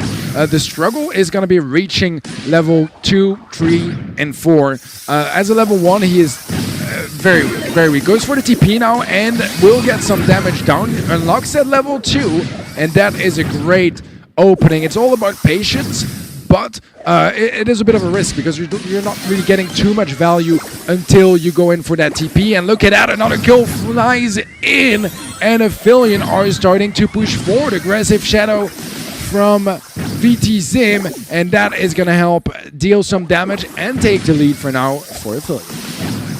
I mean, Kyozera's playing such a dangerous game. Teddy, he has to all in to get his first level up. He has to blink over the wall and hope that he hits all 3 of his shots on the enemy Lola. Fortunately, star power means that he doesn't, you know, go back to level 1. He's managed to get over that particular hurdle. But again, Kyozera has to blink forward to get the damage in order to allow him to level up, and it didn't work out this time. What a risky pick. This guy's insane. Yeah, it is close though. Just 1% setting both teams apart. 1% in favor of Aphelion. That is gone now as ZETA take back the lead. Cactus tanks a couple of shots. Kyodog is 1 HP on the bottom side of the map. VT Zim very low HP as well. And he just used his super as well, which means that it is not going to find any value as he falls, and damage keeps pouring down on that blue save. ZETA Division are putting Aphelion in a very tricky situation. Yeah, I mean, Kyozera's finally been able to push up here on this surge, but it might be a little bit too late. Tensai is really starting to lean into this left-hand side, and Kyodog realizes that they've fallen too far behind, have any chance of catching up in this set. Heist will go to ZETA Division. All right, we got a bit worried after all for ZETA, especially considering Safe Zone and Heist more specifically is one of their best modes, but they managed to pull through, take the win in the end, and it means that Hot Zone is going to be up next on Ring of Fire out of all maps. Yeah, okay, that's going to be a lot of fun. ZETA Division 20-6 on Hot Zone so far this season. No strangers to that one. Again, really interesting set, I think. We're seeing Aphelion make the switch to the Surges. They must have been hoping for a specific matchup. They sure as hell didn't get it. Tensai. I mean, Tensai opted into the mirror though in this Lola matchup pretty comfortably, and VTZim just fell off. He had a really great second round. He was a huge part of why Aphelion were able to make this a close set, but again, he just completely disappeared in that last round here. And side tempo on the Piper, pretty tough to deal with. Yeah, he's been a huge problem for Aphelion in this first set. Just consistently hitting shots across the board, and when you get Piper diffed, we talked about it in game 1, it's very hard to recover, You have that feeling, especially with Piper 1v1s, where somehow your opponent has more range or is just better at handling it.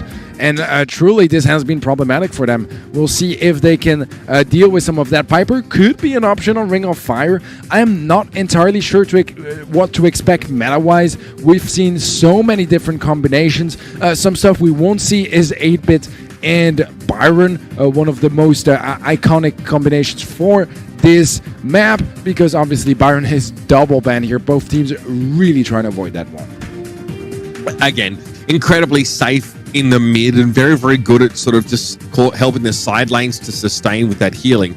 I feel like we saw Ring of Fire played yesterday, in which both teams played Lu. Yeah. So I don't know if there's really a defined meta for that one yet. That's very much like a random game kind of approach, or what I would expect from more random games. A lot of teams have tried to play Tara on this particular map. They've tried to make a lot of use out of Crow, even, of course, as slowing Toxin can be pretty important, but that consistent poke damage, the healing, reduction or prevention rather, and constantly revealing people seems to be very desirable. We've seen a bunch of teams also just play Pam, right? Yeah. Try and play like tanky setups that are hard to shift off the point. So we've seen all sorts from these teams. I don't think though that Aphelion are really the kind of team that will want to just play poker double tank or stick a bunch of that in the middle part of the map. But there are still healers available in lieu of this Byron ban. Plenty of options. Maybe even an appearance from Amber is possible. So there's still so much on the table with both teams banning the same brawler. That means there's even more in the pool available here as Aphelion look to strike back quickly after showing a little better backbone at least on Heist. Yeah, I could not agree more, Uber. I think Lu was a very good shout as well, because I particularly saw a lot of teams scrimming with Lu on this map.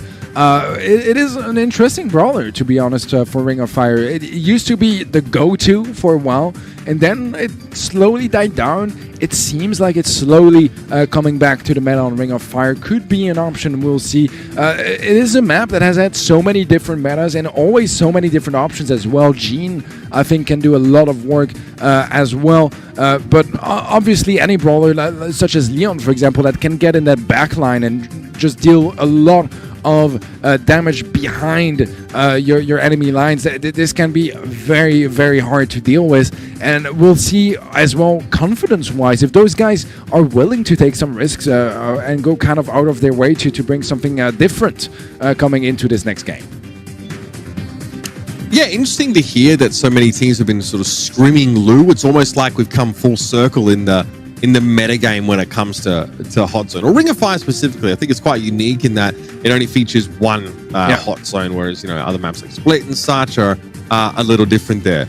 It's pretty nasty. At first people were just using Lu Super because it was so hard to sort of move your brawler in the desired way while sat in there, but super cool. And now the addition of his gadget that sort of adds 50% freeze instantly makes it really hard for you to get out. All right, so let's see if we actually get that. We have Meg, we have Rico, we have Bell here for Aphelion. Okay, interesting. We'll see how that works out. I think that Meg, the fact that it's finding so much value despite not even having the super yet is very, very interesting. Right now, we will have both Megs supered up in those mechas, but it is still ZETA Division in the zone, capturing percent after percent, and it's going up fast. Aphelion have a lot of catching up to do. They haven't even stood in the zone for a second just yet. Tensai finally knocked out of the mech, of course, the use of the Meg gadgets, keeping them inside there for longer. Side tempo with the trick shot. Doesn't need to bounce any of those bullets. Kyodog just gets absolutely mowed down. And Tensai, again, is already working on his next mech. He has it available. Unbelievable. Yeah, that's a lot of value. Does get taken out in the end. Great team play from Aphelion. The problem is, look at that pinch from Side Tempo. He is in enemy territory. The pool connects as well there. VT Zim out of the way, and ZETA are back in the zone, capturing furthermore and getting close to the finish line. I mean, the right-hand side for Aphelions completely collapsed. Side Tempo has been able to not only just inhabit this right-hand side, but move up behind VTZim and Kyodog area, effectively pinching any attempt that Aphelion were making at trying to capture. Aphelion, you know, there was no way they were going to, you know, be able to match ZETA Division on capture percentage if they didn't deal with that Rico. He was left entirely to his own devices. Man, I think that Side Tempo spent more time on the enemy side of the map than on his own. That's how aggressive he was. Look at that. Look at that positioning. He's in their spawn, man. Yeah, I mean, it's ridiculous. And again, you know, who's dealing with him? It felt like Kyodog took a left lane matchup against the Chapi, and VTCM was trying to deal with Tensai, but it felt like it was 4v3 almost in some senses. Like there was an extra player on the side of ZETA Division. No one was being, you know, told to deal with Side Tempo, presumably. But again, that kind of position, very audacious. Cannot be letting that happen, especially because once you get your Meg onto the point, you're getting pinched from behind. And Side Tempo was using his super not to bounce at all. He would use it like a bullet storm from Columns and burn down anybody that was sort of in the way. So we need to see a different approach here. Achapi now is going to be playing the left-hand side. I love this. I love this. What's the matchup? So basically, ZETA Division, they thought, okay, we dominated with Rico. They are going to be matching that Rico and come in. What is one of the biggest counters for Rico? That's Surge. And I mean, Achapi swapped twice to get away from Kaya0, to force Kaya0 to have to go up against that Surge. And yeah, Side Tempo just blinked over the wall, triple shot, and managed to eliminate the Rico. Again, look at it. It's still happening. Achapi is still like, no, I'm going to go where Kaya0 is not. And at this point, Aphelion don't have as nearly much time to sort of focus on that. You see, Hill from Beyond has to be used by Kyodog just to block some of the shots coming in. Tensai's looking comfortable on the point, and all Side Tempo goes in for the kill. Oh, Teddy, this Surge is starting to get out of hand. Yeah, this is Surge done right by Side Tempo so far, has been popping off. The combination with Tensai mid, just lasering anyone down, has been unbelievably strong. 70% already captured by ZETA Division, and Aphelion, they barely even spent any time in the center area. KO0 so low HP on the right hand side, should be getting taken down eventually by a Rico bounce. 100 HP, still alive for now. Super comes through, but eventually falls, and this is looking really, really tough here for Aphelion. I mean, yeah, this is now pretty one-sided. The little bit of backbone that Aphelion was starting to show us in that first set has been snapped over the knee. Side Tempo again spending most of his time in the enemy side of the map, and that is quite the challenge that's just been issued to Aphelion. The gauntlet has been thrown, and ZETA Division feeling like they're on a different level, and you can't blame them after that performance. Yeah, you know, we thought in a heist earlier that things weren't that convincing just yet, and that for, you know, ZETA being pretty heavy favorites, it wasn't too impressive just yet. I think Hot Zone was a whole different story, and they just did great overall. Beautiful stuff from ZETA Division. Aphelion Esports starting to fall apart here in Hot Zone. We'll have to see if they can rise back up. Moving on to Gem Grab next. That is going to be Hard Rock Mine. And fortunately for Aphelion, Gem Grab is their best game mode, but it's also one of the best for ZETA. And that's quite a scary... Everyone's for Gem Grab? I don't know, man. Yeah. I feel like, especially Hard Rock Mine's such a classic map. So many teams have like a bunch of different looks to show on that one. But okay, look, that's fair. It's at least a shot for Aphelion to make this a more competitive series so far, because ZETA Division look like they are starting to coast a little bit here. They've been able to, shake off some of those early jitters, and now they're looking much more comfortable. And I think you were going to point it out that it's one of ZETA's better map types as well, right? I think it's like 84% win rate for the Japanese squad. So things don't get easier from here on out for Aphelion. Just take a look at those stats. 8 kills, 1 death as a Surge. I think with Surge is one of those brawlers where sometimes you die a lot because you're TPing into the mix and it's just very dangerous. He's done an exceptional job on this brawler. A bit of a preview of the layout here for Hard Rock Mine. I mean, it is one of, as you mentioned, Uber, one of the most traditional and iconic Brawl Stars maps. Not even just for Gem Grab, but just in the game in general. It's been here forever. We've seen it all. All sorts of different metas are possible. I think we could expect some sharpshooters mid, maybe. No. Okay, interesting. We're going to be seeing a Pam for ZETA Division. Aphelion going for the Lola. We have Rico's on the lane. We have a Ruffs for ZETA as well. And then the Spike for Aphelion. What is Side Tempo doing? Again! I think that he just claims the entire lane that he's on. Like, and look at it, they're not even facing him. He's just chilling. He's in their spawn again. It's been 10 seconds since this game has started. Yeah, Tensai, because of this, been able to pick up 6 gems pretty comfortably. Side Tempo was able to win out against Kyodog, and now this is starting to turn into a one-man show. Now, Kyozero doesn't want to opt into that Rico matchup at all. Kyodog knows that it's his responsibility, but he hasn't been winning the 1v1 so far. Bouncy Castle's going to get Side Tempo back up to full health, and all the hard work that Kyodog put in is erased as the gem lead continues to mount. Yeah, this is looking dangerous for Aphelion. They don't want to give away that match point to ZETA. This is scary for sure. Chappie trying to find a kill on Kyozero. It is going to come true, actually. Tensai able to pick this one up with a nice pinch, but look at that. Gem carrier down, gems picked up, and ZETA start their countdown. Yeah, that was pretty beautiful there. Chappie takes his time. He wins against Kyozero in the matchup and then just pinces into the middle to help Tensai with eliminating the enemy gym carrier. Not much VTC could do there. Tried to use his freeze frame for survivability, but no, it is going to be ZETA Division that get away with murder literally in that particular round. When one of your lanes consistently collapses, you are going to have a lot of trouble in the round. You can see Aphelion are struggling here. Side Tempo, just on an individual level, right, is causing so many problems, and he's making it easy for his teammates. Man, I just want to point out once more how incredible Side Tempo's performance has been so far.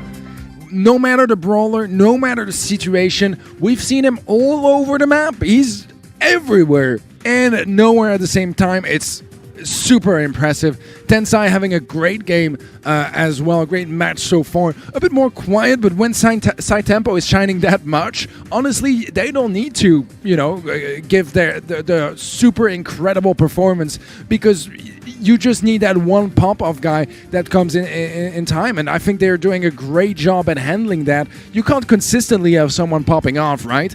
But if your teammate is, you just do your job, you do your part, that's more than enough. Here's the problem. You mentioned a good counter to Rico earlier on, Teddy, but yeah. Aphelion have already tried the Surge. The inting, the feeding Surge tactic, right? Where you just blink over the wall and try and 3-shot them to get your level 2. We've seen that already from Aphelion. They're going to go for something a little bit different now. Okay, the B in mid. Kyodog still on the Rico, but again, doesn't really want to fight Side Tempo. It's up to Kyozero on the Ruffs to handle him. So far, it's going the same way as before. Absolutely rolled. Yeah, Side Tempo is just absolutely dominating so far, and it's looking great for ZETA. They're picking up gem after gem. It's only a 1-gem lead for now, but if you look at the control they have, oh, okay, Kyozero actually gets the kill there onto Side Tempo. It's going to be clearing up a little bit of that pressure, but Tensai still aggressive, gets punished, and he gets caught off guard by that pinch from Kyodog. That's going to be 4 gems dropped down, picked up by Kyozero, and Aphelion take quite a sweet lead, but not for long. The response is there from ZETA, and they are not done fighting for those gems. couldn't get Kyozira out of the middle of the map there. I mean, Ruffs doesn't want to be a gem carrier in this scenario anyway, I don't think, because he's limited range, but he had no choice but to scoop them up. And eventually he gets his clock clean just in the same way as his teammates had fallen. Side Tempo and the Rico also not your choice of gem carrier here, but it's going to have to do for ZETA now. So I only need one more to end the round. A Champy and Kyodog trade each other out. And Zim is finally connecting on Tensai here. Side Tempo is going to have to wait to start off this countdown. And Side Tempo claims yet another victim. Gem picked up by Tensai. That's the countdown. 15 seconds is separating ZETA Division from the quarterfinals, and Aphelion, they want to find a kill really soon. Tensai or Side Tempo, anyone goes down, it's the end, but they can't get anywhere close, and that's gonna be ZETA Division moving up the bracket and reaching the quarterfinals. Absolutely sterling performance from our top team from the East Asia region. I mean, smiles on their faces. They didn't need to get loud, this team. No, they just had the diff in the lane matchups there. Very impressive performance from ZETA Division here. Yeah, sorry, Winter, I know it's tough out there, man. Single elimination gets the best of us. But again, it's very difficult to have to go up against a roster like this in the round of 16. And yeah, predictions. All right, well, fair enough. I'll kiss the ring, Teddy. I did predict Aphelion, but maybe that's why you're there and I'm trapped in a box. You know what I mean? What are you going to do? Maybe What's my it punishment? is. I'm going to start feeling this Maybe with water? it is. You know what I mean? would turn you off, but I've tried that before and it did not work, sadly enough. Oh, really? That's really, you just do this. Oh, okay. Bye. Wow.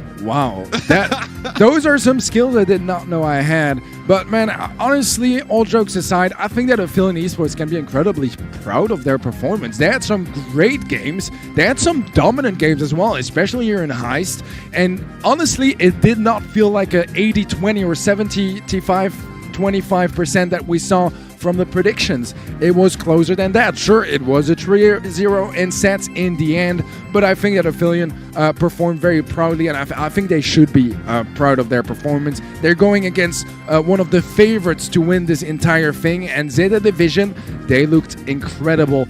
Once again, for me, Side Tempo was the wild card here for ZETA. He performed out of his mind on Rico, on Buzz. He was claiming kill after kill, not giving any room for Aphelion to work with. Yeah, absolutely. I think some important lessons learned by Aphelion here about, allowing a Rico to get out of control on maps like this. Tensai, of course, was your gem carrier for most of that round until Side Tempo decided to carry in that category as well. A really solid performance there on the bell. Pretty tough to shift for the most part. It did require, I think, Kyozira to sort of play forward on the Rico as well. And finally, just at the end there, Aphelion started doing some of the things that had been able to bring success for ZETA Division, right? Like getting aggressive position with the Rico, forcing them to sort of either 1v1 or just give up that part of the map. They did begin to show signs of that. They figured it out a little too slowly, and the upside tempo, pretty hard to not give this man MVP. Absolutely stunning.